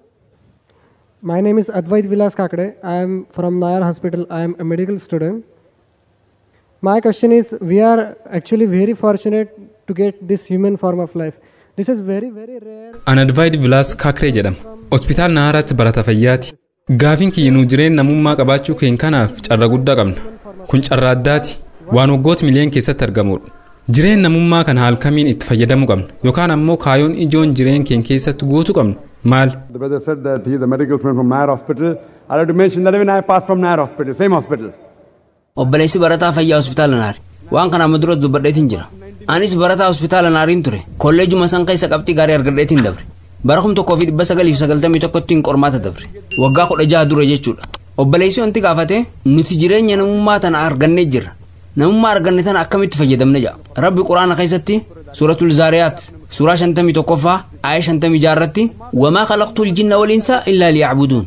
Shayxaanota fi ilma namaa na haa gabbaraniif malee waan biraatiif hin uumne jee. Isa gabbaruu jechaan isaaf ajajamuudha. Kanaafuu jiruu tanatti wanti gaariin nuti dalaguu dandeenyu ajaja Rabbii dalagaarra oolchuudha. Akkasumas dachii kanarratti nageenya akka jiraatu godhuudha. Uumaa waan kana hunda uumeetu gaafii saniif deebisaa kenna. Suuraa Mulk suuraa 67ffaa aaya 2 irratti alladhii khalaqa al-mawta wal hayaata liyabluwakum ayyukum ahsanu amala. Kamii keessantu dalagaan isaa gaarii akka ta'e qormaatuuf isatu jiruu fi du'a uume. Obboleessa jireenya asirra jiraachaa jirru kun jireenya itti aanuuf qormaatamutti jirra. Yoo ajaja Rabbi irraa kenname hordofne jireenya keenyaas akka inni juutti yoo jiraanne fedhinnaa keenya Rabbiif kennuun nageenyi dachii keessa akka faca'u yoo taasisne jireenya dachii tanarraatiinis ta'e kana akhiraatiin ni milkoona. Ajaja Quraanni kennu dalagaarra oolcha. Yoo Veedaa dubbiste Veedaan waa'ee Rabbi tokkicha haasawa. Sanama gabbaruun ni dhorka. Veedaan ergamaa dhufuutu jira jee dubbata. Inni waan gaarii isinitti agarsiisa. Kalki awtaarrii ergamaan xumuraa sun Nabi Muhammad sallallahu alaihi wasallam. Quraanni kun wahii xumuraa fi golabbii Rabbii ol'aaneen kan ergamaa xumuraa fi golabbii Nabi Muhammad sallallahu alaihi wasallam irratti buufame. Dhaamsa kana dubbisi, dhaamsa kana fudhadhu, hoggus addunyaa tanattis nagaya jiraachisne, akhirattis nagaya taana. Deebisaa isee kenne jee Abdul Obboleessa. Yes, brother. Thank you, sir. Sir, I am Dr. Rajesh. I am homeopathic doctor, and अगर मैं ऊपर वाले का दीदार करना चाहता हूँ तो इस्लामी उसका क्या solution है? Thank you, sir. Brother, there are two questions. One thing, that why do you stress so much that he is the last prophet? Obboleessi gaafii lama gaafate. Inni tokko ergamaa xumuraati jechee jirurratti maaf jabeessita? Rabbi kan biraa erguu yoo barbaade erguu hin danda'u jedha. Gaafii lammataa ammoo yoo an Rabbiin arguu fedhe furmaanni kiyya maali jedha. Kan lammataa boodatti deebi'a. Inni dura maaliif ergamaa xumuraati kan jiru jabeessita kan jiruuf ana qofaa miti kan jabeesse. Veedaanis jabeessee jira. Puraanaanis jabeessee jira. Macaafni jabeessee jira. Quraanaa fi kitaabban birootis jabeessanii jiran. Rabbi Quraana keessatti suuraa Azaab suuraa 33ffaa aaya 40 irratti akkana jedha. ما كان محمد أبا أحد من رجالكم ولكن رسول الله وخاتم النبيين وكان الله بكل شيء عليما. محمد إسن الرا أبا إيرتوكوتي سنتان قالوا إني إرجما ربي في أمور نبيوتا تهير ربي نس وانون دبيك هذا ربي نولاني إرجو برباد إرجو ندنده قالوا ربي نولاني صبان دبتو سورة أحزاب سورة 33 آية 40 رتي خون إرجمات أموراتي جامع بسميجر خنافو ربي نولاني نبيخ ergama biraa erguu osoo barbaade dubbii tana quraana keessatti ni ibsu ture waan rabbiin kun ergamaa xumuraati jee dubbateef itti amaneera rabbiin olaanee waan uf dura ta'uuf deemu ni beeka anaaf hatin beeynu rabbiin olaanee waan uf dura waan beekuuf kun ergamaa xumuraati jee wantoota barbaachisan irratti hundaa'ee waan barbaachisaa ta'e nu kennee jira namoonni gariin rabbi maaliif nabi muhammadiin guyyaa jalqabaa erguu dhabe jaanii gaafatu ilmi kiyya doktora ta'uu barbaade maaliif mana barumsa meedikaalaa qajeela nan galchine jee gaafachuu hin qabu dura mana barumsaa dhaquu qabda kutaa tokkoffaa lammaffaa sadaffaa seenuu qabda qormaata kee dabruu qabda sanbooda meedikaala seenta ja'an sirrimi kanaafuu guddina ilma namaa dhawaataan jijjiiramaa jiru irratti hundaa'uun rabbiin nabiyyoota ergee jira maqaadhaan kitaabban 4 ibsamaniiru garuu kitaabni hedduun buufameera tawraa zabuurii fi injiil maqaan ibsamaniiru rabbiin olaanee waggaa 1400 dura ilmi namaa sadarkaa quraana hubatuu danda'u irra ga'uu isaa waan beekuuf ergamaa xumuraa fi golabbii nabi muhammad sallallahu alaihi wasallam akkasumas kitaaba xumuraa fi golabbii quraana erge rabbiin olaanee yoo barbaade erguu ni danda'e haa ta'u malee hin ergu je'ee dubbatee waan jiruuf hin ergu amantiin kun guutamee jira kitaabban duraan turan guutuu ta'anii hin ergamne rabbiin olaanee quraana keessatti suuraa maa'idaa suuraa 5ffaa aaya 3 irratti akkana jedhe guyyaa har'aa amantii keessan isinii guutee jira ni'imaawwan kiyyaas isin irratti guuteera jedhe eega amantiin islaamaa guutamee wanti itti daamu hin jiru wanti islaamummaa irraa irrifamus hin jiru amantiin kun guutuudha waan kana ta'eef namni arraan tana an ergamaa rabbiiti rabbirraa wahii natti godhamaa jira juu mana yaala sammuu dhaqu qaba janna arraan tana namoota dhibbaan lakkaa'aman kan gooftaa of hin jaantu jira kanneen nabiyyii of hin jaantu jira warri kun ogeessa sammuu bira dhaquu qabu sababni isaa kana booda wahiin buufamu hin jiru nabiyyiin ergamus hin jiru gara gaafii kee kan lammataa itti dhufu rabbi arguu yoo feete maal godhuu qabda addunyaa tanarratti rabbi arguu hin dandeessu akkuma quraana keessatti ibsametti muusaan rabbi sarraa jaalatu rabbi arguu fedhe rabbiilleen gara gaaraa laali qaama kiyya xiqqoo gaara saniif ifa godha jeen hoggasuma mudannoon guddaan tokko gaara san mudate waan gaara mudate saniinis nabi muusaan alayhi salaam ni gaggabe kanaafuu addunyaa tanarratti rabbi arguu hin dandeessu haa ta'u malee addunyaa itti aanu irratti arguu ni dandeessa sunis yoo jannata seente jannata keessatti waan hunda ni argatta soorata waan argachuu qabdu hunda ni argatta hadiisa keessatti akka ibsametti namoonni fuula rabbi ilaaluudhaaf bololu kanaafuu rabbi arguu yoo barbaadde wahii rabbii kan xumuraa quraana kabajamaa dubbisuu qabda akkasumas ergamaa rabbii kan xumuraa fi golabbii hordofuu qabda yoo kitaaba kana hordofte insha Allah jannata ni seenta anis yoo hordofee jannata ni seena insha Allah nuti lachuu waan tokko yoo jiraanne jannata ni seenna insha Allah rabbi olaanee ni argina deebisaa siif kenne jeetiin abdal Jannah, and inshallah we will see Almighty God. Hope that answers the question. Thank you, sir. Yes, brother. मेरा नाम किशोर है मैं मणिपुर से आया हूँ नॉर्थ और सिर्फ इंडिया से जैसे आप लोगों ने बताया कि अभी कश्मीर में आप लोगों को जिहाद के नाम पे टेररिस्ट बताए जा रहे हैं वैसे मणिपुर में मणिपुरी जो रहते हैं वहाँ पे जितने उग्रवादी करते हैं हम लोग उस हिसाब से वहाँ पे हम लोग उनको टेररिस्ट बोलते हैं उनकी वजह से आज मैं 15 दिन से यहाँ पे हूँ और मुझे वहाँ पे बताया गया कि मैं यहाँ पे मरा हुआ हूँ मेरे घर वालों को ये मालूम है कि मैं मर चुका हूँ और इंग्लिश या फिर हिंदी में अगर यहाँ पे मिले तो मैं खरीदने के लिए तैयार हूँ The brother has a question that like people are fighting in Kashmir and they're doing jihad.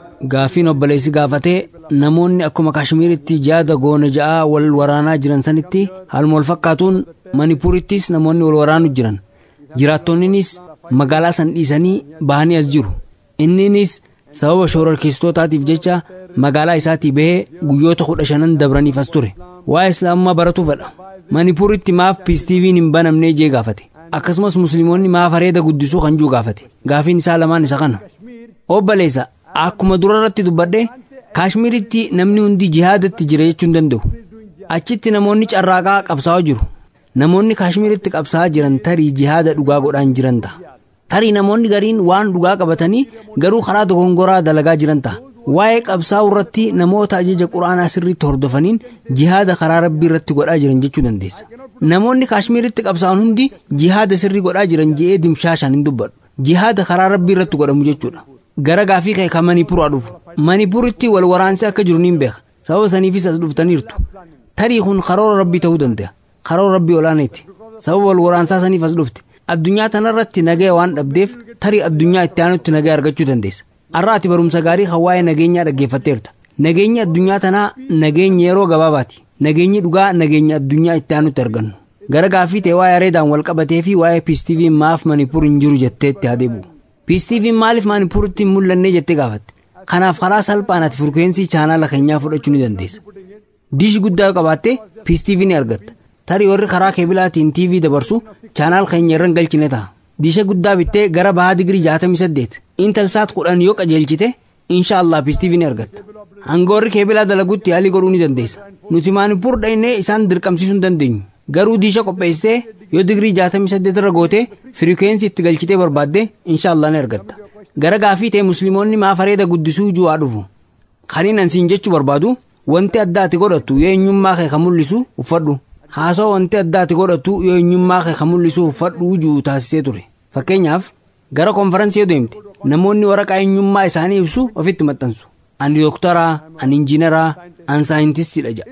Wantoonni kunniin namoota sanniin akka beenu nu godha. Bakka konferansii dooktorootaa qofa yoo dheedhe ammoo wanti addaa isaan ittiin beekaman ni kennamaaf. Doktara baluu kaardiyoolojistii, niiroolojistii, nefroolojistii. Yoo rakkoo onnee qabaatte kaardiyoolojistii bira dheetta. Yoo waa'ee kalee baruu feete nefroolojistii bira dheetta. Yoo rakkoo sammuu taate niiroolojistii bira dheetta. Kunniin nama beeksisuudha. Quraanni suuraa Naam, suuraa 6 ayaa 54 irratti. Verse number 54. The Quran says that إذا جاءك الذين يؤمنون بآياتنا فقل سلام عليكم. yoo warri keeyyatoota keenyatti amanan sitti dhufan nageenyi isin irratti haa jiraatu jiin nageenya isaanii hawwita assalaamu alaikum jetta islaamummaan amantii nagaa waan ta'eef assalaamu alaikum jechuu irratti xiyyeeffannaa kenna muslimni hundi guyyatti yoo xiqqaate yeroo 5 salaatu qaba salaanni 5 kunniin yoo inni salaata fardii qofa salaate salaata waajiba ta'e jechuudha wayita salaata keenya geessinu yeroo 2 assalaamu alaikum warahmatullah assalaamu alaikum warahmatullah jenna nageenyi rahmanni fi barakaan rabbii warra gama mirgaa jiran irratti haa ta'u nageenyi rahmanni fi barakaan rabbii warra gama bitaa jiran irratti haa ta'u salaata hunda keessatti yeroo 2 jenna guyyatti yoo xiqqaate yeroo 5 salaatu qabna kanaafuu yoo xiqqaate warroota gama mirgaa fi bitaa kiyyatti argamaniif nagaa yeroo 10 hawwutti jira yoo sunnaa mu'akkadaa sunnaa jabeeffamtu itti dabale ammoo dabalataan yeroo 10 ta'a kanaafuu yoo xiqqaate yeroo 20 ummata mirgaa fi bitaa kiyya jiraniif hawwutti jira sunnaalee baramaa ta'an yoo itti dabale hedduu ta'a yeroo hunda nama muslimaatiin yoo walitti dhufe assalaamu alaikum isaaniin jechuu qaba nageenyi isin irratti haa jiraatu jechuudha quraana keessatti suuraa al-nisaa suuraa 4ffaa aaya 86 irratti yeroo kabajaa wahiitiin kabajamtan isii irra gaariidhaan kabaja yookiin isuma deebisaa jedha kanaafuu namni tokko yoo assalaamu alaikum naan jee anammoo deebisee wa alaikum assalaam wa rahmatullah jechuun qaba yoo namni tokko nageenyi sirra haa jiraatu jee ka deebisu ammoo nageenyi fi rahmanni sirra haa jiraatu jechuu qaba yoo namni tokko assalaamu alaikum wa rahmatullah jee ammoo wa alaikum assalaam wa rahmatullah wa barakaatu jechuu qaba waan irra gaarii ta'e isa hawwuu qaba yoo namni tokko assalaamu alaikum wa rahmatullah wa barakaatu jee anammoo yoo xiqqaate kama isaan qixaa kana hawwuu qaba wa alaikum assalaam wa rahmatullah wa barakaatu namni tokko assalaamu alaikum naan jee anammoo wa alaikum assalaam sagalee guddaa fi nashaaxaan yoon jee jechoonni wal fakkaataadha garuu onni irraa maddan rabbi quraana keessatti isii irra gaarii hawwaaji ammoo osoo karaa deemaa jiraadhe namni tokko muslima ta'uu isaa akkamitti beekuu danda'a nuti waraqaa eenyummaa qabna areeda garuu har'aan tana akka miidiyaan ji'utti areeda yoo qabaatte ati shororkeessaadha namni amantii siik hordofu tokko areeda guddisee yoo waan mataa irratti maratan san marate nama amantii isaa haalaan hordofu isaan jedhan musliimoonni ammoo shororkeessitoota jedhamu monoksoonni kiristaanaa yoo rifeensa isaanii dhoysan warra amantii isaaniin jiru yoo dubartiin muslimaa guggattu ammoo cunqurfamtu isin jiru miidiyaadha laali areedni kun tiitisa miidhu koofiyyaan mataa irratti godhadhe kun tiiticha miidhu qur'aana wayita dubbistu bakki areeda guddisaa jiru hin jiru qur'aana keessa bakka tokkotti qofa suuraa xaahaa suuraa 20ffaa aaya 94 irratti nabi muusaan alayhi salaam areeda nabi haaruun alayhi salaam qabe haaruun illeen yaa ilma haadhatiyyaa maaliif areeda kiyya qabdaa jeen jechi areeda jiru bakka kanatti qofa ibsame garuu nabiin keenya jaalatamaan sallallahu alayhi wasallam sahih bukaarii mujallada 7ffaa lakkoofsa hadiisaa 780 fi 781 irratti faallaa mushrikoonni dalaganii dalaga hanfarra yookaan afkarroo keessan gabaabsaa areeda keessan dheereessaa jaan kun ajaja nabii waan ta'eef rabbi quraana keessatti ammoo atii'u Allah wa atii'u rasuula rabbi fajajama ergamaa isaatiif fajajama waan nun jeef waan nabiin keenya nu ajajaniif nutillee ni dalayna areedni nama akka adda beeknu nu gargaara wayita karaarra deemu wayita gara biyya alaa deemu areedaa fi koofiyyaa argan assalaamu alaikum naan jiru anis wa alaikum salaamiin jedha kanaafuu areedni karaa wal beekumsaati annagee facaasu jira kanaafuu wanti beekuu dandeenyu areedni karaa ittiin wal beekumsaati fakkeenyaaf makiinaa ergite doktorri ambulaansii mallattoo masqalaa konkolaataa irra kaya maaliif makiinaan sun tan doktora akka taate akka beekamuuf yoo rakkoon tasaa si mudate makiinaa san dhaabsistee gargaarsa gaafatta kanaafuu nama areeda guddisee argite yookaan ammoo nama mataa guuggatee argite muslima ta'uu beekta waan takka ni yaadadha akaakilee kee yoo gaafatte akaakilee kee gaafadhu waggaa 50 fi 100 dura namoonni muslima hin taane taaksii yaabbachuu barbaadan shofeera koofiyyaa qabuu fi areeda guddisee barbaadu shofeera muslima ta'e barbaadu akka inni isaan hin deemu barbaadu yoo nyaata wayii bituu barbaadan abbaa suuqii areeda qaburraa bitatan muslimarraa bitan inni isaan hin sobu garuu arraan tana yoo areeda qabaatte yoo koofiyyaa godhatte shororkeessaa jedhamta kanaafuu maqaan yoo akka galumsaatiin malitti dalagaarra oolu nuti ammoo kabaja duraanii san areeda keenyatti deebisuu qabna waliigallee wanti kun mallattoo qofa ajaja nabiyyiiti waan isaan nun ja'aniif nutilleen dalagaarra oolchina areedni tiisa miidhuu hin danda'u garuu nama wal barsiisuu danda'a ati muslima jechuudha nageenya walii hawwuu dandeenya inumaa yeroo rakkoon wayii si mudate yoo gargaarsa barbaadde muslima hundarratti ollaa gargaaruun dirqama waan ta'eef nama areeda qabuu fi koofiyyaa godhatee argite dhaabsisi insha Allah si gargaara deebisaa siif kan ejeeman Thank you, brother. Can we have the next question, sister? Assalamu alaikum, Dr. Nayak. Assalamu alaikum Dr. Naik. Maqaan kiyya Moonita Jaama, hojjettu miidiyaati. Piraasaad Islaamummaa keessatti fudhatama qabamoo kan jiru gaafatuun barbaada. Sababni isaa hoo maali? Islaamummaa keessatti piraasaad haraama moo haraamaa miti jettee gaafatte. Piraasaad jechuun soorata rabbiif kennamu jechuudha. Akka hinduuzimiitti waan sanamaaf kennamu. Quraanni bakka garaagaraa afuritti suuraa Al-Baqaraa suuraa 2ffaa ayat 173 irratti, suuraa Maa'idaa suuraa 5ffaa ayat 3 irratti, suuraa Al-An'aam suuraa 6ffaa ayat 145 irratti, suuraa Nahl suuraa 16ffaa ayat 115 irratti akkana jedha. حرمت عليكم الميتة والدم ولحم الخنزير وما أهل لغير الله به. Baktiin dhiigni foon booyyee waan maqaan rabbiitiin ala maqaan biroo isarratti ol fuudhame isinirratti haraam godhame. Kanaafuu sooronni maqaan rabbii irratti hin dhaamne hundi dhoorkaadha. Sababa kanaaf islaamummaa keessatti piraasaad fudhachuu fi piraasaad nyaachuun illee haraama godhame. Veedaa keessatti yoo dubbistees akkasuma. Veedaan naatasii partimaa astii jeebsee jira. Gooftaa saniif partimaan hin jiru, fakkiin hin jiru, sanamni hin jiru, bocni hin jiru, footoon hin jiru, wanti maxxanfamu hin jiru. Inuma akka veedaatti soorata sanamaaf kennuun dhoorkaadha. Veedaan dhoorkee waan jiruuf soorata sanama gubbaa kaayuun dhoorkaadha. Haaluma wal fakkaatuun quraanninis waan nu dhoorkee jiruuf fudhachuu fi nyaachuunis sirrii miti. Deebisaasiif kenne jeeti nama. Or to eat it is wrong, sister. Hope that answers the question. Sir, one more thing. I'm a Sindhi. Waan takka aan Sindiidha. Gara gurudwaaraan hin dhaqa. Gurudwaaraa sanamni hin jiru. Bakka san giraanti qofatu jira. Bakka gurudwaaraa sanitti piraasaad ni qabna. Kanaaf piraasaad jedhamee waamama. Isin musliimoonni garuu isa kanallee hin fudhattan. Sababni isaa maali? Wanti sun waan sanamaaf kennamu miti. Sister, I am a student of even the Guru Granth. Obboleettiin waan gaarii gaafatte. Obboli, an Guru Granthis barachuutti jira. Akka kitaaban amantii Siikiitti Adi Granth, Guru Granth lameen isaaniitu waa'ee tokkichummaa rabbii haasa'u.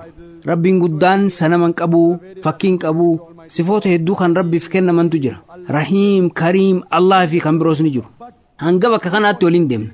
Haa ta'u malee akka carraa ta'ee wayita gara gurudwaaraa dheetan warri sikhizimii rabbi sanama qabajaanii itti amanus baatan waan giraanti jedhamu akka guruutti itti amanu. Sababni isaa guruun waan hin jirreef. Kanaafuu wayita soorata kennan karaa kallattiitiinis ta'uu baatu wal fakkaataadha. Akka kitaabbaniitti sanama gabbaruun dhorkaadha. Sooranni sun karaa faallaatiin kennamaa waan jiruuf fudhachuun dhorkaadha. Akka guruguraantittis rabbiin olaane soorata nyaatuu hin barbaadu jedhama. Kanaafuu soorata rabbiif kennuu dhimmijuu akkamitti ka'uu danda'a? Quraanni suuratul Anaam suuraa 6ffaa ayat 14 irratti rabbi soorata nama nyaachisa malee inni sooratatti hin haajamu jedhamee ibsamee jira. Kanaafuu rabbii olaaneef soorata kennuu dhimmijuu akkamitti ka'uu danda'a? Kanaafuu obbali ati Adi Giraanti hordofaan jirtu. Rabbiin olaane sooratatti hin haajamu. Inni soorata malee jiraata. Inni nama hunda nyaachisaadha.